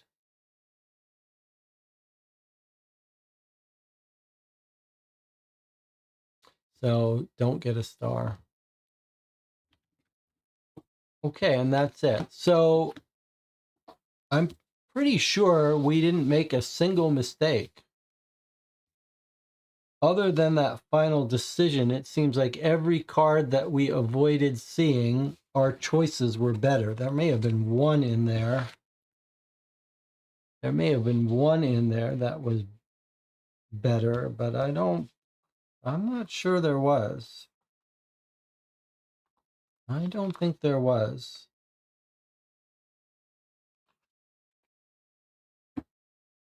I think every choice we made was better or the same. Yeah, because even the smoking gun woman, you get a star whether you talk to her or her boss.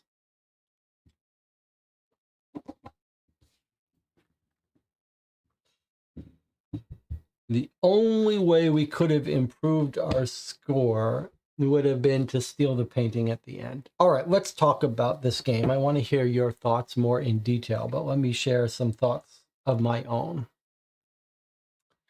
I do love this series, and this was a very enjoyable case. In fact, I do think that I like this case better.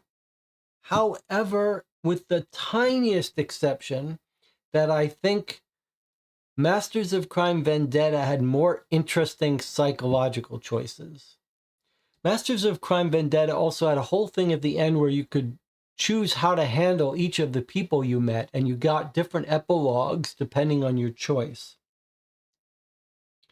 So I think I love that when you get to the end of this game, it gives you this psychological choice. Do you want to steal it or not? And I gotta say, I like that they decided to make right or wrong answers almost everywhere. You don't always see that. Sometimes you just have an illusion of making an important choice. But almost all the choices in this game did have better and worse outcomes. Almost all the choices are just like A and B. Do you want to do this or do you want to do this? Do you want to do this? Do you want to do this? But they're subtle, and I really like that there's a better answer in almost every case. And we thought long and hard about it. It made us think long and hard about each choice. They're not deal breakers. They don't break the game if you make the wrong choice. And I like that too. I like the scoring system, the alert system. You're really motivated to do as well as you can, but it's not the end of the world. And a lot of the time we reasoned out the right thing to do. That was pretty cool. I do think there was a little bit of a missed opportunity to make more interesting psychological choices at the end. Just as a point of comparison, if you look at our playthrough of Guilty Monaco 1955, the sort of end is a series of questions that are somewhat psychological, but there's a whole sequence of them with consequences.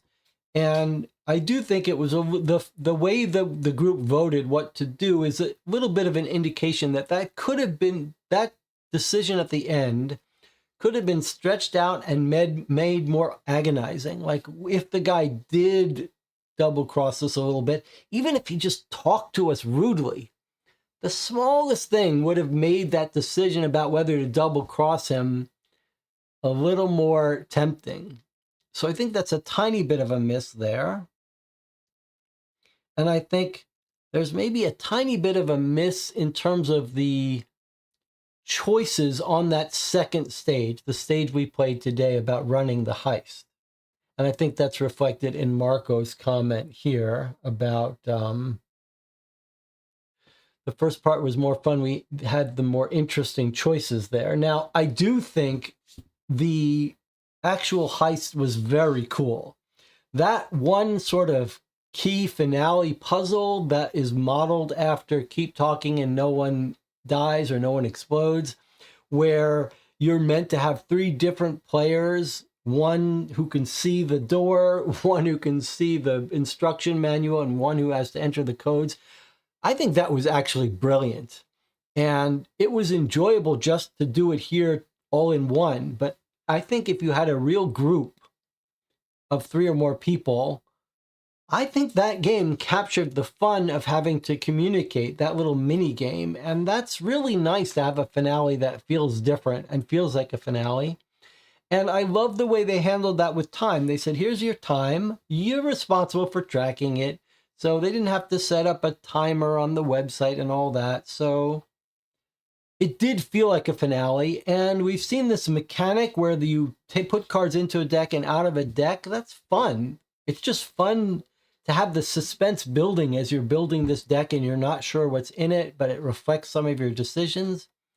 We saw that in Escape from the Asylum, and we saw it a little bit in the Guilty series where you're sticking events in. I think that is a fun, it's almost like an analog magic trick where you're creating a future event, a set of events that unfold. It feels a little bit magic. So I do think that the finale, it's very cool in this small game that it's broken up into these 2 very different feels for these halves. The first one feels methodical, assembling the team like a heist movie, and the second one does feel like carrying out the heist. I do think maybe that second half is the area where, you constructive criticism could be that there could have been more interesting decisions there. And there were a couple of points where it sort of assumed we did things that didn't occur to us. Like, I said the girl was going to go in and wait in the washrooms, which was all turned out to be true, but then it also said one of your people got a job at the souvenir shop. And that's how they stuck in the equipment. Whereas in our mind, we were thinking, well, yeah, the guy who's going to impersonate the guard, he's going to bring the stuff in. So that was a little bit of a disconnect that it started telling us we figured out how to do things that hadn't occurred to us. And I think the other place where the game fell down for me wasn't in the map puzzle, which I don't like, those Google map puzzles. But the other piece where it fell down a little bit for me was this whole golden hour thing. I think that was a little bit of a misstep. I think the whole Empire State Building stuff was a real misstep. That didn't make any sense that you could advertise in the museum that this was a very famous $1 million painting of the Empire State Building from 1915. It didn't make sense that at the end we say, yes, it was a forgery, the Empire State Building didn't exist, but the brochure said it did. That does not make any sense to me. That's like saying, okay, on exhibit at the museum is Picasso painting about the crash of airplanes into the Twin Towers. People would spot it in the brochure and say this is wrong. So, and it wasn't important for the mystery. It would have been much better for them if they just had this painting of New York skyline, didn't say anything about Empire State Building, but still did the paint was used, and then you could figure out that one was probably fake, although I think they would be better off if they gave some hint that you had to make the right decision. Like when we chose what painting, because we didn't know what future questions we would be asked about how to steal it, I think there was a fair chance that you weren't, it wouldn't make a difference which one you chose. And it seems pretty critical if you miss that, which you could absolutely miss, that you could be stealing a worthless painting. And that seems like an odd thing to let players end up doing. So I think that was a little bit of a miss. But those are small complaints about what was overall a really fun experience. I mean, we're solving a lot of mystery murders in these mystery games, and to have a game which really felt like we were planning a heist. And this, it's not just we were planning a heist, but this whole thing about how we're trying to put together a crew, that was really quite enjoyable. Like, thematically, it was fun. It was fun to meet all these people and decide which ones to hire. There's something very enjoyable about that. I'm not sure we've seen that before. So that it was a double, the enjoyment of planning for a robbery was super fun. And then you add on top of that we were actually picking out our crew and trying to reason about who should we take. Do we want to get out by boat, by plane? That was really fun. That was really enjoyable. And I think everyone here talking has used that word to describe the experience. It's not just that it was deductively satisfying, it's that it was fun. It was absolutely fun.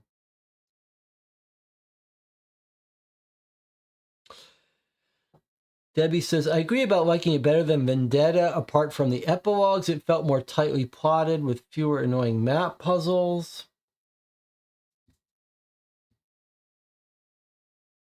What I just like most about the painting is that you should not have had to Google the paintings.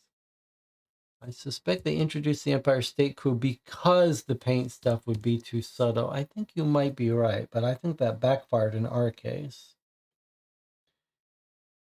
But that's an interesting theory. I think for me, that sort of backfired because it made me sort of think, okay, the writers are not even paying attention to this. I think, yeah, I'll tell you what I would do if I was advising the writers and they came back with this. I would say this. This is how I would do it. I would have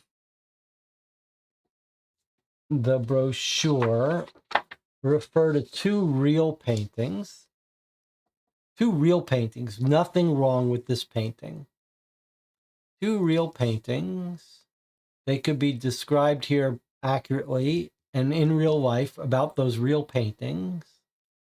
And then have one of those cards when we visited the museum have a very subtle hint about how when we look at it, something seems a little off about it, but be a subtle hint. And then if you were clever and picked up on that, you'd say, something seems off about this card. Maybe you can even give the players a choice of having the painting studied or something. I think a better clue about the painting being a forgery and that could have somehow snuck through the gallery would have been more satisfying. Marco says, I wouldn't have minded a little bit more difficulty in the choices, some more cliffhangers during the actual heist. Yeah, I think that's a fair comment. I think you could increase the difficulty and it might be a little more satisfying, although it's a nice combination of puzzles and deduction, but I do agree we didn't have that much difficulty. It could be a little bit on the easy side, I guess you could say this. Kia says, I liked playing the part of the gangster in Vendetta better than playing the part of the thief in Shadows. I think that's fair.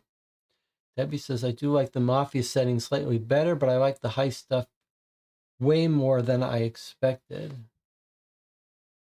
I guess I disagree.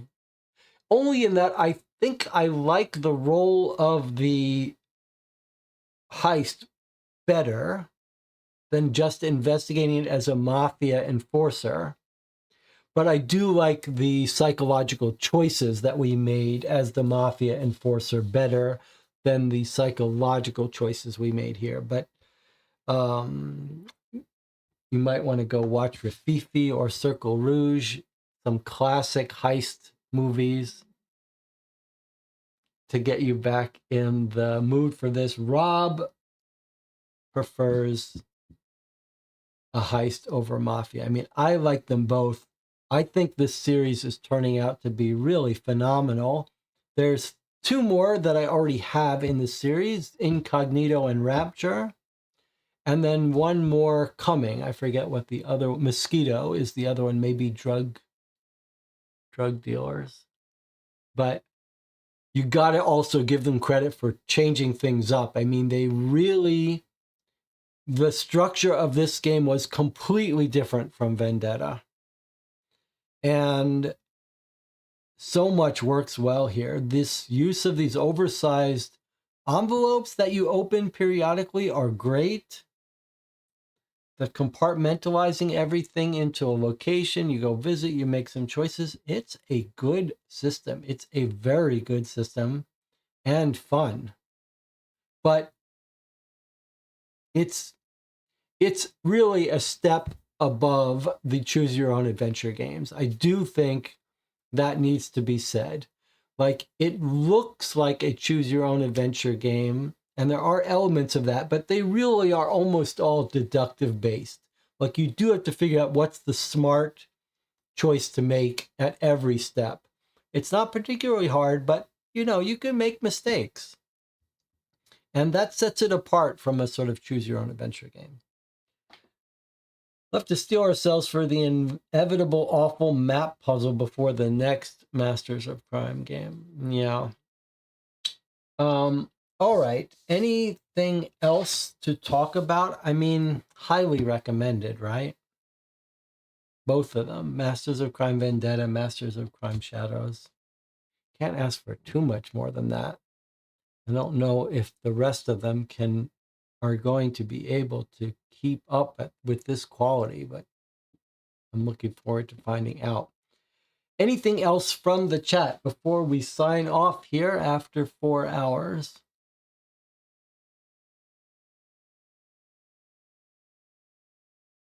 Well, a pleasure as always to play with this group. This really was a group activity. I couldn't have done it without all of you. I feel like we had a real group victory here.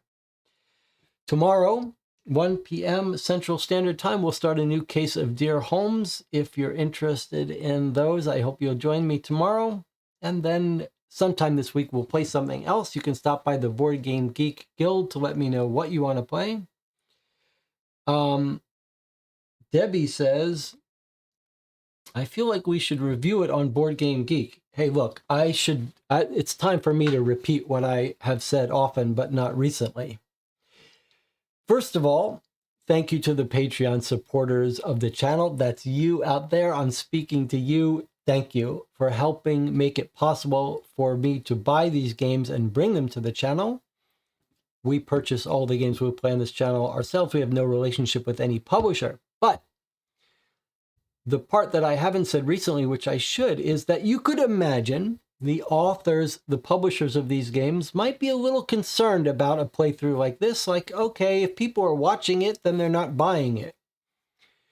And I think you make up for that because other people hear about the game that wouldn't. But the very best thing you could do, if you have any concern that, hey, you just played this game, but you didn't buy it, you're not a member of the Patreon, you enjoyed this case, you want to thank the authors, the publishers for this fun game, there's a super easy way to do that. And that is to go leave a review somewhere of the game. If you leave a review of a game, that is giving the publisher, the author, a better gift than if you bought it, because your review will be seen by many people. And especially the games we play on this channel, there are so few reviews, so little feedback, and these games go under the radar. People don't discover them. So you want to do something nice, get into the habit of leaving a little review on Board Game Geek or on the publisher website of a game that we play here when you like it. Even just a one-line thing. It's good for the players. It's good for the authors. Everyone wins. And I will try to follow that advice and leave a little review of it after we finish this video. All right, let's sign off. I'll see some of you tomorrow afternoon and some of you this week when we figure out what we're going to play next. Thank you for joining me. A pleasure as always. I'll see you next time.